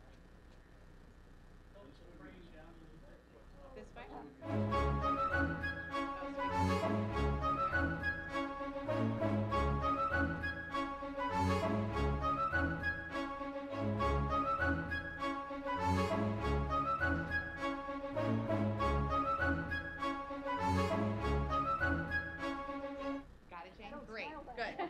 Thank you. Thank you. Thank you. This also belongs to you. Oh, okay. Oh, that's okay. Okay. I'll put it right here while we do this. There we go. I got it right here. Okay, great. Wow, thank you so much, and what a privilege to be with you all today. One, I'd be completely remiss if I didn't say how humbled and honored I am to sit here with our two other extraordinary honorees. I got goosebumps listening to you both and look forward to continued conversation. So congratulations to you both, and thank you for all you're doing. Really, I need to say, this is not for me, this is for this organization that I am proud enough to lead. And first and foremost, on behalf of the 170,000 members, supporters, and advocates for AAUW around the country in every congressional district. I'm so proud to accept this 2018 Global Citizen Award for AAUW. Woo! So, now you know already, because they're a raucous bunch, there's a lot of us in this room. So, and I know they've been sitting for a while. So I'm gonna ask all of our AAUW family to please rise, and this award is for you. Congratulations.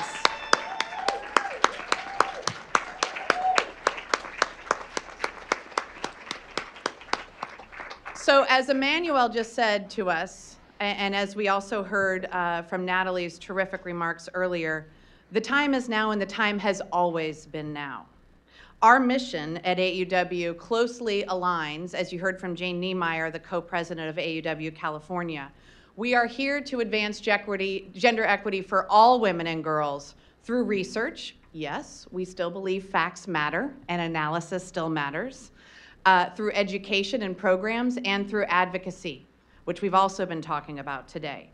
For 137 years, AAUW has been a trailblazer, refusing to accept the norms, refusing to accept what is as what can be. And we've been breaking down barriers for women in education, whether that's pre-K through 12th grade, whether that's higher education, VOTEC, apprenticeships and trainings, in the workplace, in our communities, in our societies, at a very grassroots level, to a regional level, state level, nationally and internationally, and back again. And today, we celebrate and reflect on our organization's rich past and terrific amount of impact we've achieved over that time period, but it really is about focus, relevance, and what we're doing today and tomorrow to ensure women and girls can continue to march forward. I, for one, am nobody's caretaker, and none of these incredibly badass women are willing to sit still and stay silent. We are going to continue to march forward. We also remain one of the world's largest sources of funding for women seeking fellowship and graduate work. And in fact, this year we've provided nearly $4 million. $4 million. We're a nonprofit organization that has a $125 million endowment to support women as they try to achieve more, nationally and internationally. That $4 million of funding just this year alone has impacted over 250 outstanding women and nonprofit organizations here in the US and abroad. It's really quite astounding. Last night I was in San Francisco with a group of extraordinary professionals and a few of our fellowship awardees, and hearing what they're doing now in their careers and how they credit that fellowship to allowing them to actually pursue their dreams, it's another goosebump moment for sure. In fact, this year marks our 100th anniversary. Just at the end of 17 marks our 100th anniversary. So AAUW women have been committed to helping women around the world for 100 years in establishing international fellowships, first awarded in 1917. Since then, over 3,600 international scholars from 145 nations have received an AAUW fellowship. And we fund those projects that also address the needs of women and girls in communities around the world. And really in timely ways, as we're seeing rollbacks in certain areas. We're all anticipating that, and I know we're talking about it around our dinner tables and over coffee with friends, and indeed today over lunch, that we're all concerned about some of those rollbacks. So we ensure that those fellowships and grants are going to make sure we can continue to move forward. Recently, I'd like to also note our archivist and historian at AAUW told me a little bit about some of our history with the UN as well, because our global roots run deep. During World War II, AAUW assisted European women scholars whose lives were at risk. Our members helped find them academic positions here in the United States and in other countries for students, professors, to protect them as they were fleeing their homes, saving their lives, families, and their economic security. She also told me recently that AAUW was talking about creating a world organization before the UN was even formed, issuing a resolution in 1943 that, quote, supported the inclusion of competent women in any post-war policy-making board, staff, or conferences. And that resolution positioned AAUW to be included in the discussions following World War II. So this award today is for AAUW board member Virginia Gildersleeve, nominated by Eleanor Roosevelt as the sole woman in the U.S. delegation at the San Francisco Conference in '45, which created the UN Charter. It's also for AUW member Esther Brunauer, who helped found UNESCO. It's for Dorothy Kenyon, an AUW board member and judge who helped found the Commission on the Status of Women and who argued for gender-neutral terms like humanity instead of man in the drafting of the Universal Declaration of Human Rights. In addition to our AUW history with the founding of UNA USA and the Council of Organizations, AUW has been and is a proud member and co-founder of the Working Group on Girls, and we help to spearhead efforts to bring the concerns of girls to the United Nations. We're committed every day to supporting SDG 5, achieving gender equality and empowering all women and girls.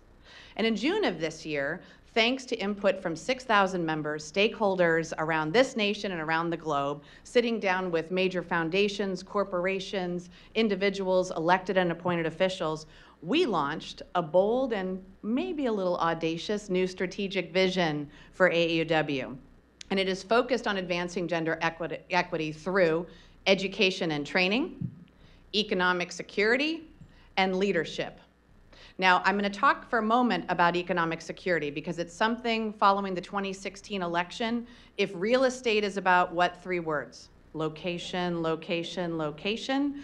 That election in many ways was about jobs, jobs, jobs, and the worry that so many Americans have had of not seeing their children or themselves be able to really pay their bills and move forward. But on education and training, this organization has always been about education. It's foundational to who we are since 1881, right? Of giving women an opportunity to really thrive in our economies and our communities. But why ampersand training? Because as we heard very much from Natalie and all of us know, inequalities in this nation are only growing. That gap is widening. And we are not ensuring that we are creating and training the next workforce in ways to have the new Rosie the Riveter, to ensure that women, regardless of their education, have opportunities for a living wage where they can support their families as we are growing as heads of households in every community across America. This is not about a red state, blue state, or purple state. This isn't about personal politics. It's about ensuring everyone can thrive.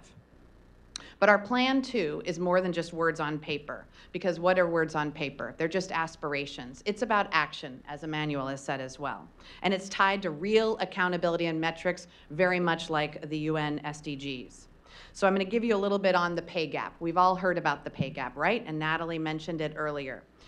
We know that the pay gap that women face compared to male colleagues, and while we will at AUW and many of you are continuing to work on policies and laws at the local, regional, state, and national level, and I'm proud of some of the great work going on right here in the great state of California, we'll continue to do that.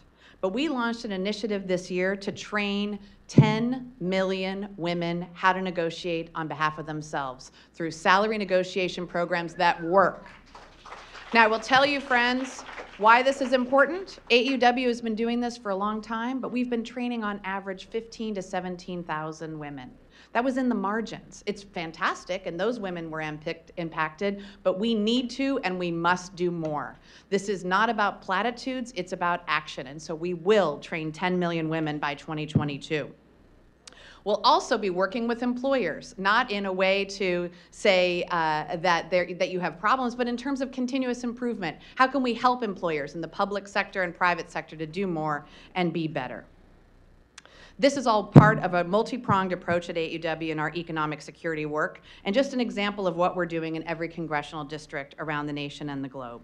But all of us, every one of us in this room, we are all stakeholders in gender equality.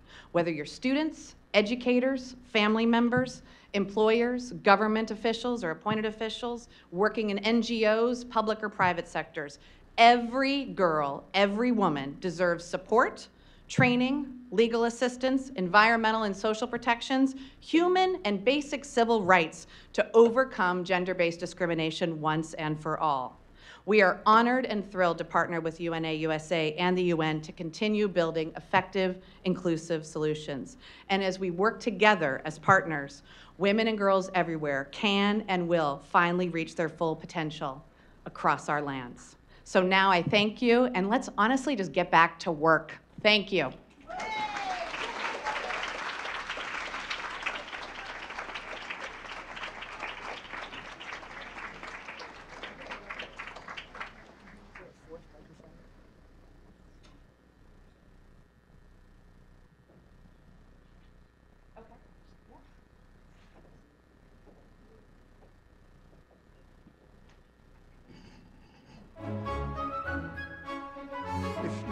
Natalie Africa, if you could please rejoin us in the front. Please re-welcome Natalie Africa as our panel moderator. We only have about 30 minutes or so for our panel, so I look forward to a very robust conversation.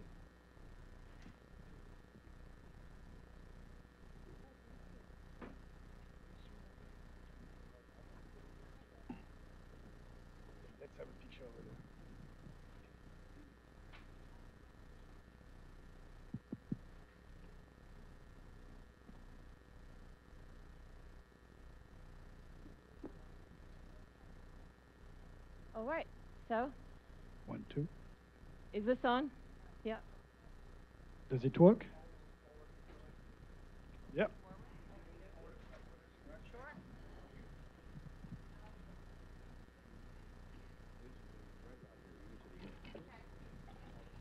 Love living on the edge.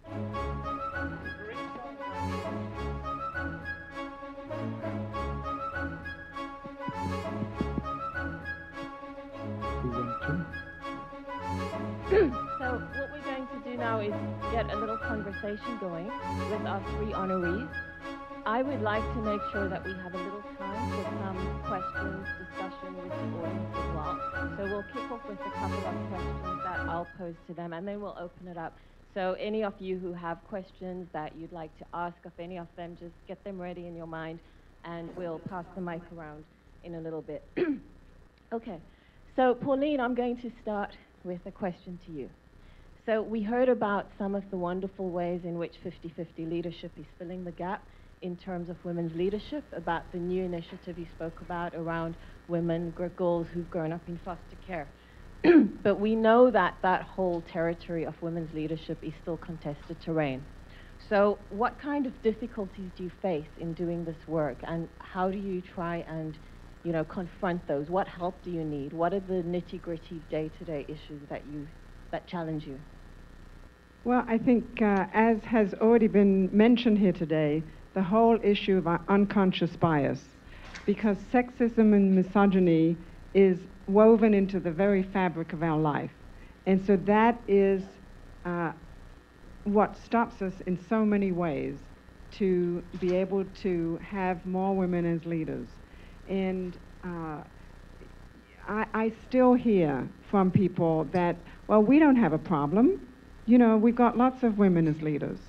You know, they don't know, and they feel like, well, you know, why are you still fighting this?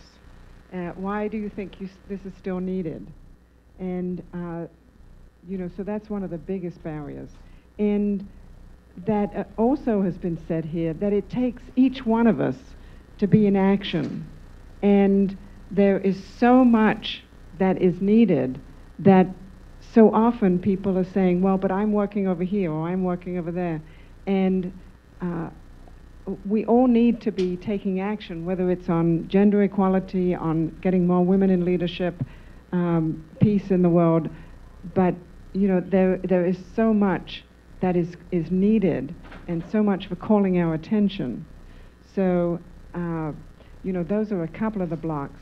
But, you know, one of the things that I want to point out is that in Liberia, when Ellen Johnson Sirleaf was running for president, the way she got elected was there were nurses and teachers who went around one person at a time and said, this is why we need her. And it's grassroots that gets the job done. And if you ever wonder, or if you talk to anybody that thinks that one person, what can I do? You know, you can think of that. You know, when I started the Women's Commission in Glendale, you know, I didn't know how to do that. I just got up and did it.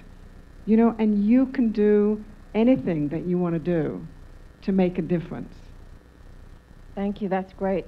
Speaking about Liberia, one story I also heard was that during the election, because the polling stations would close at a certain time, and if you hadn't got there, you just wouldn't make it.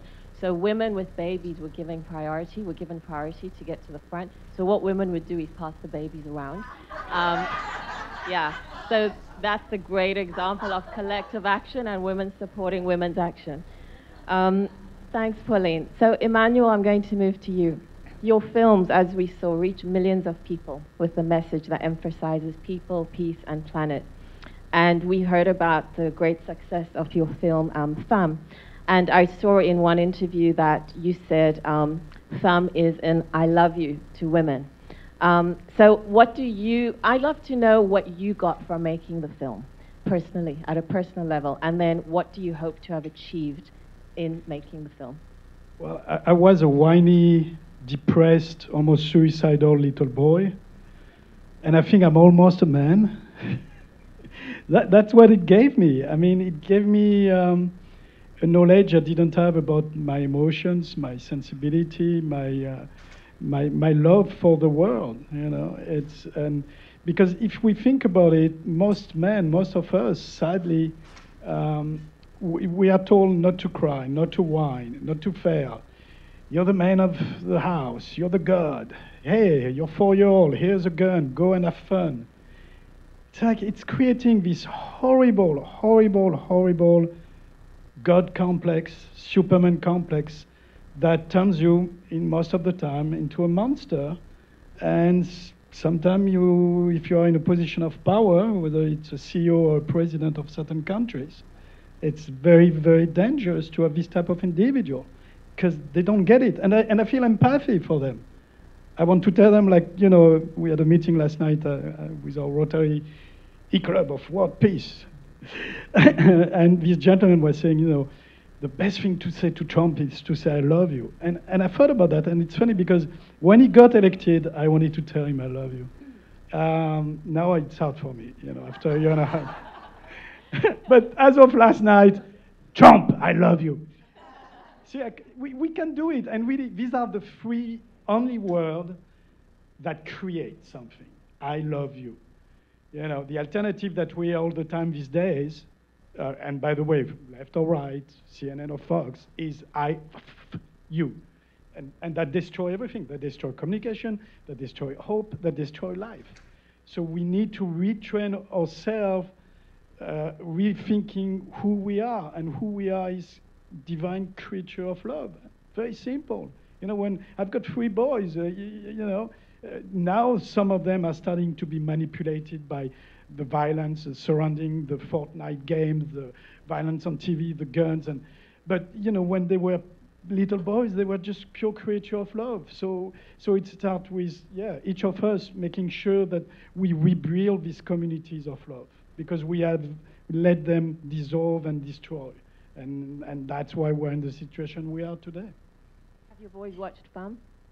Yes, and actually it's funny because when I did these movies, I made them for mainly mature people like us. But at each screening that we do, obviously a lot of parents bring their kids, and the kids get it. We try to make them as you know, accessible as possible. And again, a young child is super smart. You know, don't underestimate anybody. That's a thing. You know, like I was saying in my promo reel, there are no idiots on this planet. There are people who have been put into a box to believe they are idiots, to believe they are a slave. That doesn't exist. That's manipulation, and most of the time, sadly, it's male manipulation. So it's about time to, you know, I think the challenge of the 21st century, ultimate challenge, is about liberating the mind. 21st century was focused on legislation and laws to liberate the body, abolition of the slavery, and almost, you know, giving back equal right to women. So we did a lot about the physical body. Now we have to deal with the spiritual, intellectual, and emotional body. One mind free, the world is free. That's right. Thank you. I think everyone agrees with that. Yeah. Okay. So So Kim, I think we're all impressed by the history of AAUW, which is nearly 140 years old. And you spoke about some of the fantastic legacy that the association has. So in today's current climate, where we see this assault on women and women's rights in so many ways, some obvious, some more nuanced, what do you feel are some of your current challenges and goals? Yeah, great question. So first and foremost, I think we're always optimists. So I think that you could sometimes feel like getting to fetal position. If you're like me and you have insomnia in the middle of the night and you read your Twitter feed, it can make you want to suck your thumb again. But I think in terms of our goals and opportunities ahead, women are now, look, the work that AAUW has been doing since 1881, women now make up the majority. 56% of people pursuing a community college degree or a four-year degree in this nation are women. That's progress, friends. But guess what's not progress? When women are taking on disproportionate amount of student loan debt, when their first job they're earning on average 20% less than their male colleagues, when they haven't been tooled with the right resources to negotiate on behalf of themselves, or they're dealing with misogyny, whether it's implicit or unconscious or conscious. So we have to ensure that we are, I think very much to what Emmanuel just said, the goal here needs to be on not just passing policies and laws. Friends, we passed the Civil Rights Act in '64. How are we doing on racism today? So we passed, the Equal Pay Act, and if it was current, I'd still wear a bouffant and a short corduroy miniskirt. We have to update our policies and laws, but policies and laws alone are not going to take care of changing our environment. So where our opportunities are, I think, for AUW is ensuring we're continuing working on education and training, on economic security for all, and on leadership for all with true equity and parity. That said, it's not going to happen just from laws and policies. We actually need to work with human beings' hearts and minds and help them to understand by lifting up women and girls, you're lifting up everyone, and that it's a great ROI, whether you're in a Fortune 500 or you're in a small nonprofit with 2 staff people. Productivity goes up, attrition goes down, and ROIs occur. So our big work is going to be working with individuals, with educational institutions, employers, and with government to ensure we're moving forward. Fantastic. So I do have a couple more questions, but I want to first open up and then we'll perhaps come back to my questions if there's time.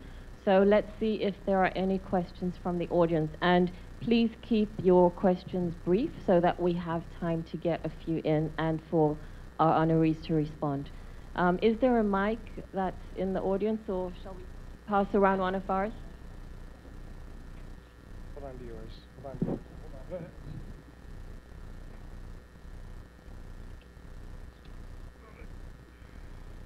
And I just turned on this other mic. Yeah. Okay. Yes. You want to stand up and... I'll try to speak loudly enough. Okay. Thank you so much. This is inspiring. I, of course, agree with Here you go.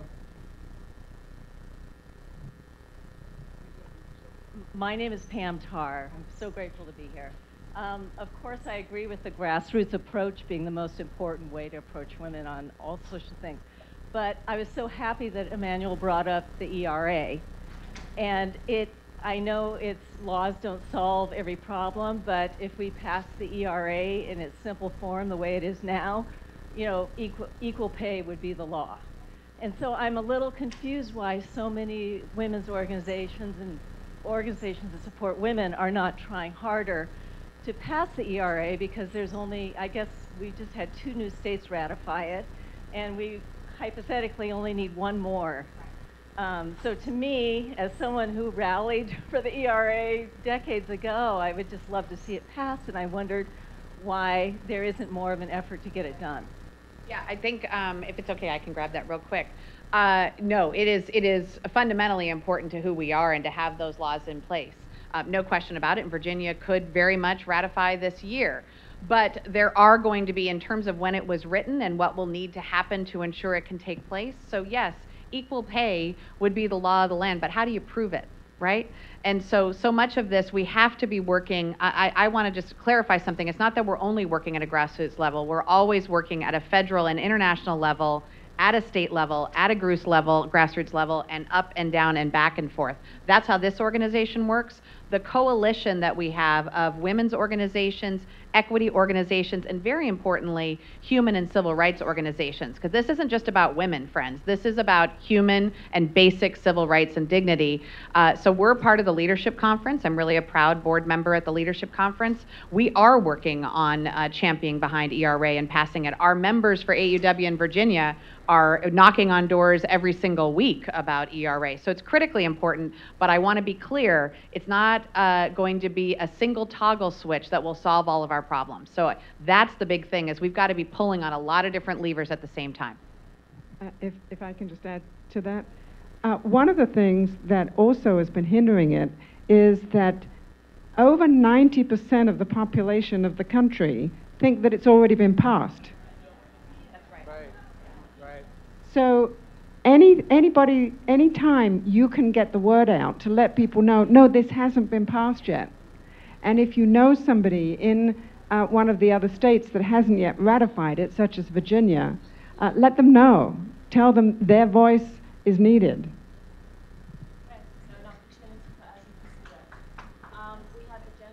Yeah, I have a quick question. It's maybe not the answer so quick, but how do you think the world would change if there was more gender balance in politics? Okay, what we'll do is take 2 or 3 and then come back to the panel. So gender balance in politics, how would the world change? The gentleman at the back. No? Okay. There's... Sorry, were you trying to get a couple questions at once? Yeah, I want to take 2 or 3. Do you great. have, no, with the black shirt? Yeah. My question is this. It actually is a little bit different. And I'm Aaron Rodriguez. I actually came as a part of Project Cella. But I'm actually a teacher. And we have a group that we started called Teens Creating Peace. And we're having a peace conference and a women's conference. And so I'd like to have you all a part of our conference. So that's my question. So I will get in touch with you. And I would love to do a selfie with all of you too. Done deal. Okay. All right, wish granted. Questions? Who is next? That one there, yeah. Yeah, you, yeah. That one there. Quick question. The fastest growing prison population in the U.S. is now women. And the rise of women in prison, it goes up when the economy goes down, because it's generally crimes, economic crimes. And the bigger inequality quotient in this country is actually between the rich and the poor. And that we have the biggest gap between the wealthy and the poorest of all the industrial countries in the world. And so I'm always cautious when talking about equality, gender equality in relation to, you know, if poor women get paid the same as poor men, they're still poor. And so I wanted to know how you talk about that and how you tackle that, because they're interconnected just as all the SDGs are interconnected. It's very interconnected. Thank you. Thanks, great question. We'll take one more. There's a hand there, yeah.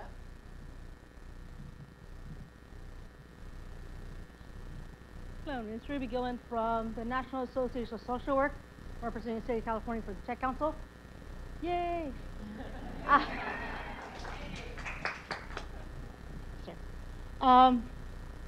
We all have these things. We all have technology.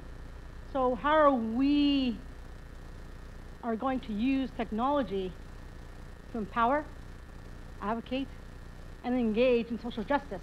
We have those global goals there. NASW also has those goals too, but we work as separate entities. We have the same goals. Okay, what is the question? Exactly. The question is, how are we using technology to empower ourselves and how to work as a collaborative process? Great, thanks. Okay, so let's take those 3. The first one was, how would the world change if more women were in politics? Women in prison growing, the class divide, the economic divide, and then how can we use technology to collaborate and to do more? Okay, so you can choose any of those or all of them. All right. Just be brief. Okay. Well, briefly, as far as politics is concerned, there's a belief that, oh, all we need is a whole bunch of women and everything will be fine. But if you look at the women who have been in politics, in power, they have the same kind of, ratio of good to bad as the men. So it's not a given that if we have women in politics that everything's going to be peachy keen, because it's not. That being said, there are a lot of women who have done a lot of good things. And so if we have more women in politics, maybe we can get more things done that are more about humanity rather than the few, and more about love than about hate. So, we've just got to be careful about who we get into politics. And so, we do need more women in politics, but it's not, just like Kim said about the ERA, it's not a silver bullet for anything, but we do need more equality. I would add on to Pauline to say one sector, and I am a big, I share space with Running Start, that's training women so that they can potentially run for office at some point in their lives. But just one sector is not going to solve it either. And I'd bring you to, there's so much emphasis on women in elected positions and appointed positions and women in the C-suite in Fortune 500 or on corporate boards. And yet our nation's educational institutions and nation's nonprofits, including those working in international development and domestic development, get a pass, that we treat them all as the good guys and good gals doing that mission work. And sadly, the ladders have been broken and continue to be broken, friends. So look also within the own organizations you're working with to ensure that those boards have parity, that they are intersectional, and that they are representing our demography of our place and our geography and where we are, not just at elected officials and corporations. Because sadly, I know everybody in this room would raise their hands and say you probably had an amazing female teacher at some point in your educational career, correct? Yes? How many of you had a female principal? How many had a female dean, provost, president, or chancellor of their university? How many of your nonprofit boards are led by a woman, either in the executive director, CEO position, or on the board? So look in those other sectors as well as elected office, please. And to add to that, 30% of college presidents are women. So if we're teaching our children, then let's teach them from the bottom up, and to let them know that they can see that there are role models. If they can't see that women can also have their choice of a career and make it to the top, then they lose out. The Girl Scouts did a study a few years ago that showed that when kids were asked when they were like 5 or 8 years old, there was no difference between how many of them were going to be successful between boys and girls. But by the time they were teenagers, young teenagers, already the girls were saying, no, I don't think so. They already knew that they were limited in what they were able to do. No, I think, again, you have to remember what politic means. It comes from politis, which means for the people. So in this room, we are all politicians. Again, it's, global goals, local leaders. Well, it's local politicians. You are a politician. You have to run for your own office every day, like I said in my little speech, whether it's your school, whether it's your church, whether it's your UNA chapter, your Rotary club. Just get involved, don't whine. Just stop the whining and act. Okay, I think, Danielle? Great advice, thank you. Danielle, you had a question?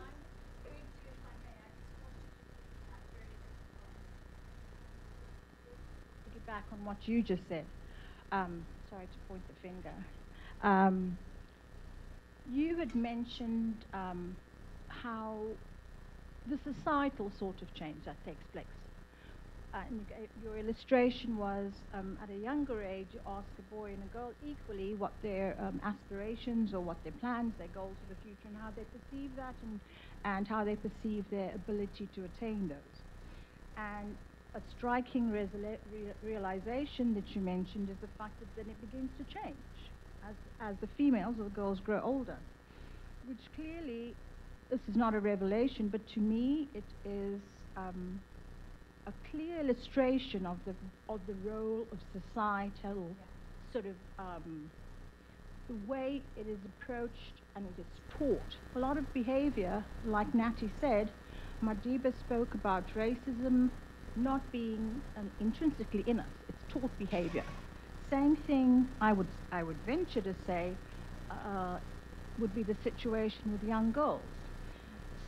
What I think, and again, not a unique idea, I'm sure. I think what is also important is to do all those things, to empower women's role in politics, to strengthen them in numbers. But above and beyond that, I think the respect for women's human rights, the respect for women's advancement, the respect of women's equality must also become the responsibility. It is vital that it becomes a responsibility that not of women exclusively and the few wonderful men around here and other examples. It needs to become a societal approach. It needs to become seen as crucially important and vital for the advancement of our society as a whole. Be it here, be it in our homeland, South Africa, men have a role, but it needs to become a societal tenor. Thank you, that was long. So what I'm going to do, that's a great way that we can pose this question. I'm going to end this discussion with that question to each of you. What can we do to get more men involved and committed actively to the fight for gender equality? So I'll start with you, Pauline. Well, one of the things, I think it was Barry that mentioned Jennifer Sewell Newsom.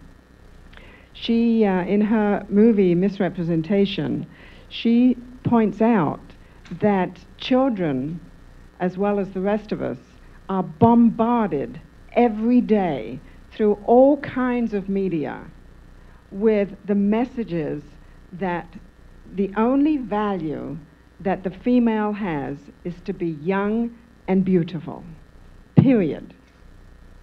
As long as we keep that message over and over and over and over again, then nothing changes, because the girls know that that's their value, that's the message they're getting, and the boys grow up thinking, oh, the women are just a commodity. So that's where we have to start to change it.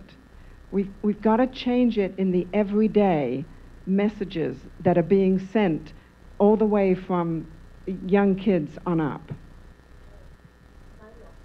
I agree. I mean, I've got 3 boys, you know, age 4, 6, and 13. And I think that's when it starts. I mean, to turn a man into believing, not in terms of believing, in terms of realizing that gender equality is common sense, you have to start at age 4 and not tell them, hey, you're in charge, and here's a gun, and go and kill, and all this nonsense. So it starts at this young age, because if not, that man won't be able to even understand it, you know.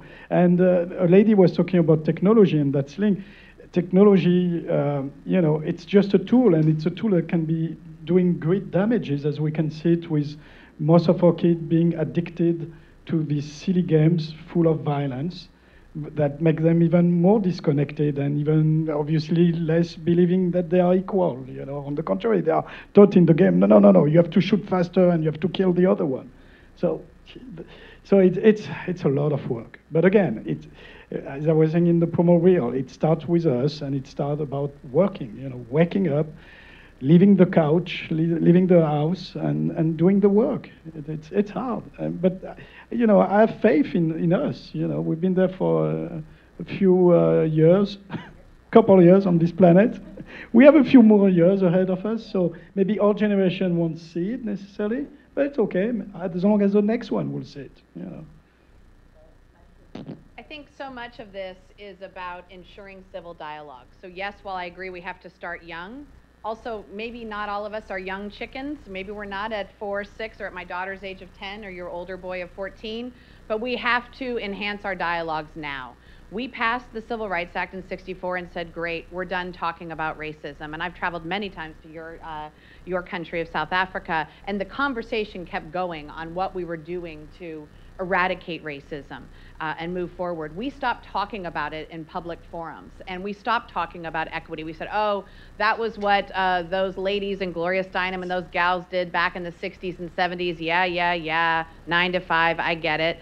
And we stopped having normalized conversations in every part of society. Now, luckily, really, with just almost 1 year ago when Me Too relaunched, we saw that harassment and discrimination in the workplace and in our educational institutions became above the fold in our nation's newspapers, and we're keeping it there. We're keeping it there because we have to continue to have the conversation, to bring male allies in. I have many liberal, good, wonderful, progressive men in my orbit in Washington, D.C., and even they say I've been guilty at standing by at the water cooler and letting sexism and harassing language occur because they were too afraid to speak up.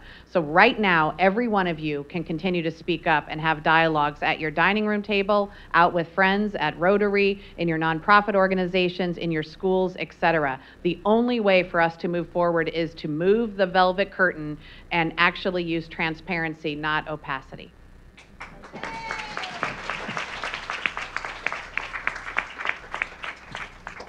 So folks, no excuses. We know what to do. Question ourselves, speak about these things, get up off the couch, all right?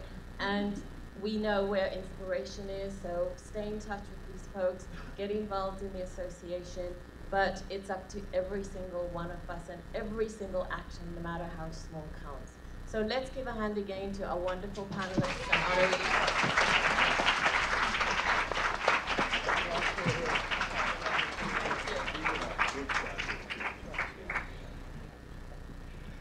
So as we approach the conclusion of the event, we'll have a few comments from Ginny here in just a moment.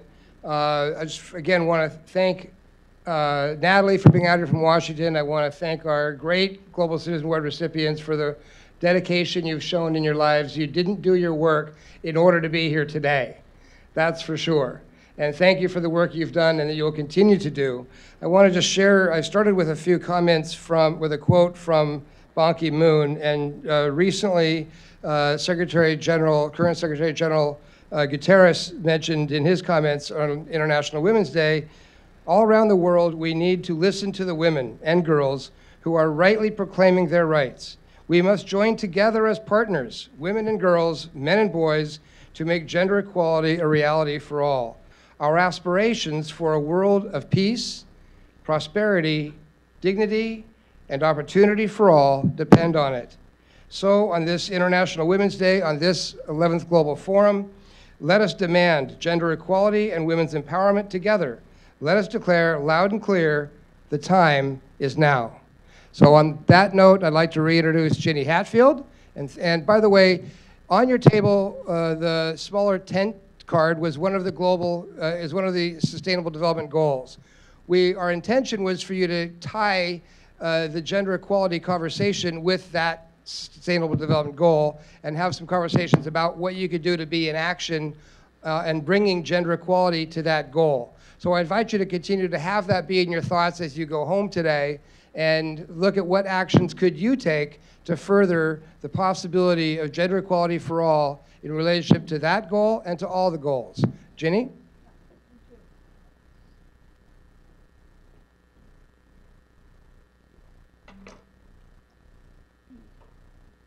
Okay. Well, I hope you've had a good experience today and that the conversation has been stimulating and that it is thoughtful and that you will think upon what you've heard today from our global citizens and from the people that were sitting at your table. Hopefully this will help you to renew your efforts in making the world gender balanced. whether it be joining one of the organizations that were mentioned, mentoring someone, taking part in a peaceful demonstration, writing a letter to the editor, or just speaking out about injustice.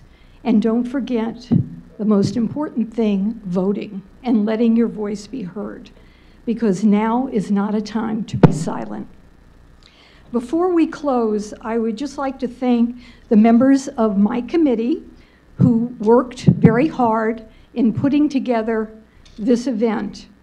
And they're listed in your program book, but I'd just like them to stand as I call their name and to be recognized. So if you'll just wait till everyone stands. Barry Simon, who you've met, and who actually I consider the co-chair of this event. This is Barry's brainchild.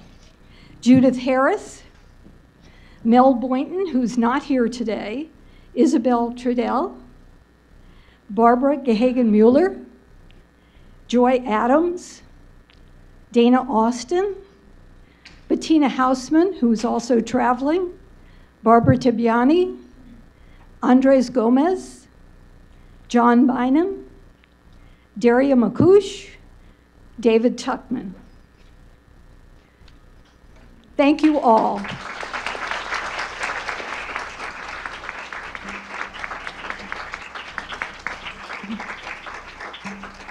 In addition, I just want to add a few names that helped us produce this program the last 3 hours. Kent Speakman and Nathaniel, his cameraman, who are in the back. Kent.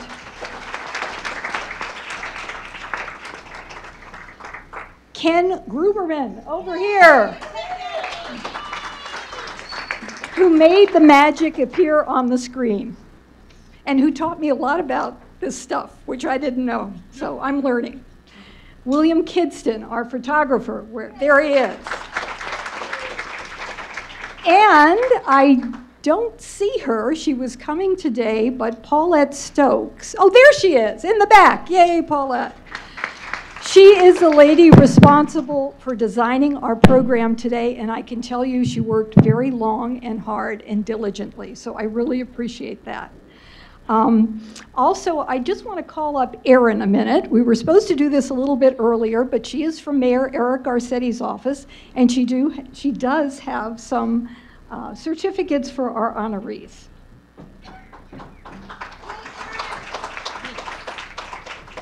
Thanks. So Mayor Garcetti was able to join us by video, but I'll share with you that he's just across town right now, actually speaking at the 39th training of the Climate Reality Movement that's led by former Vice President Al Gore.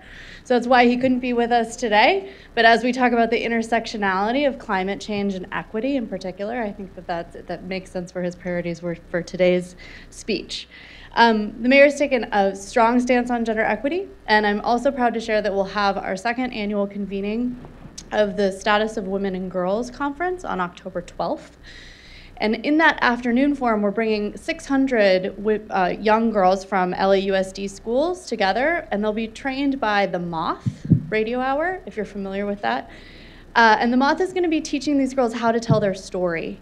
And I think that that's really an important subset to talk about, is how we empower people to tell their story. We had a good cross-section of that today as folks shared their involvement, as well as from our leaders here on this panel.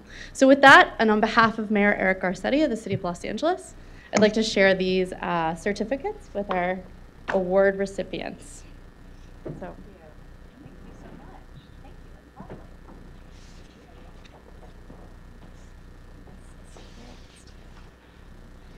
Pauline.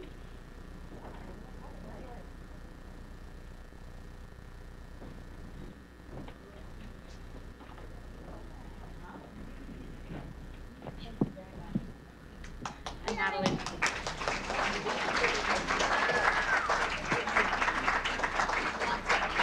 Thank you. Thanks, Gary. You're welcome. Well, I'd like to leave on an upbeat, and I think I found something that will give us all some good spirit as we leave the room today. It's a video clip of a UN Women song called One Woman, and it premiered on March 8th of 2013 for International Women's Day. So the theme, I think, is something we've talked about today. One woman, together, we can do it all. We can do it, and we shall shine. So let's see it.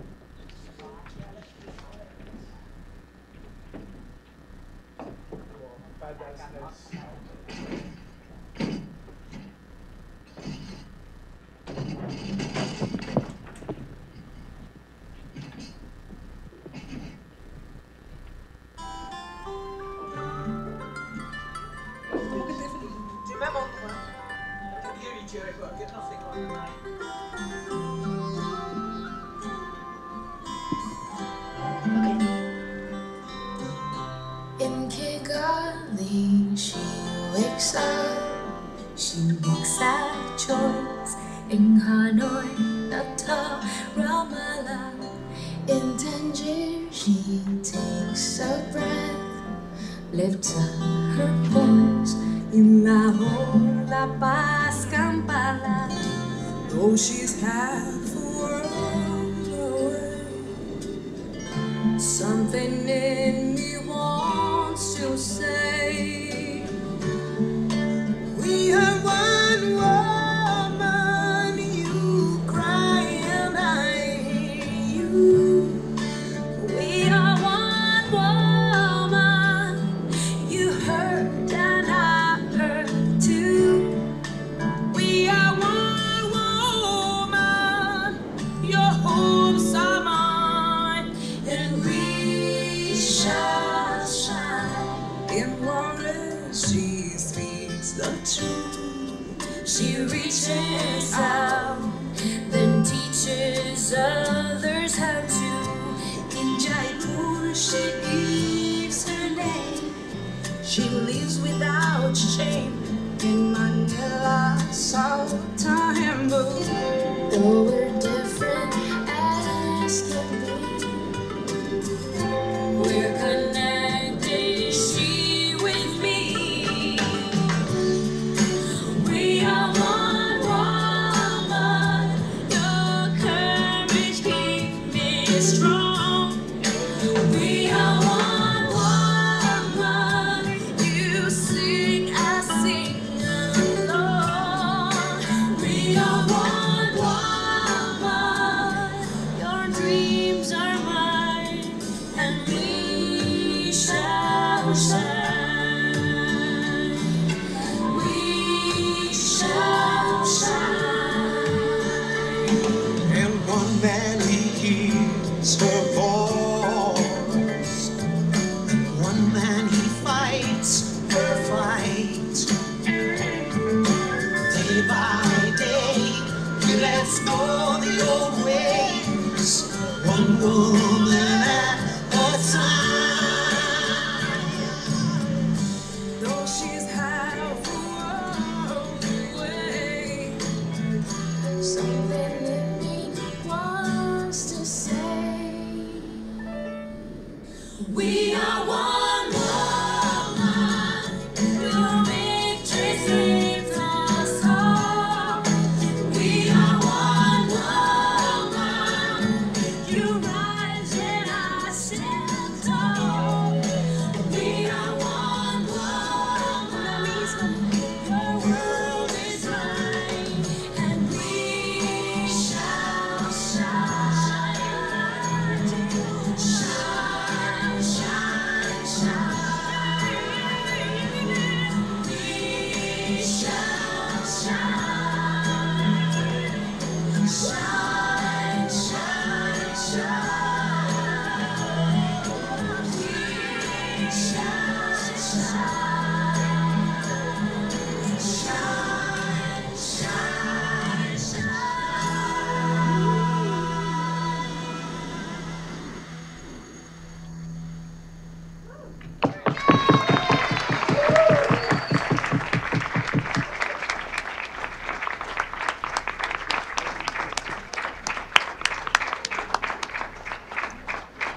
Thank you for everyone for being here, and safe travels.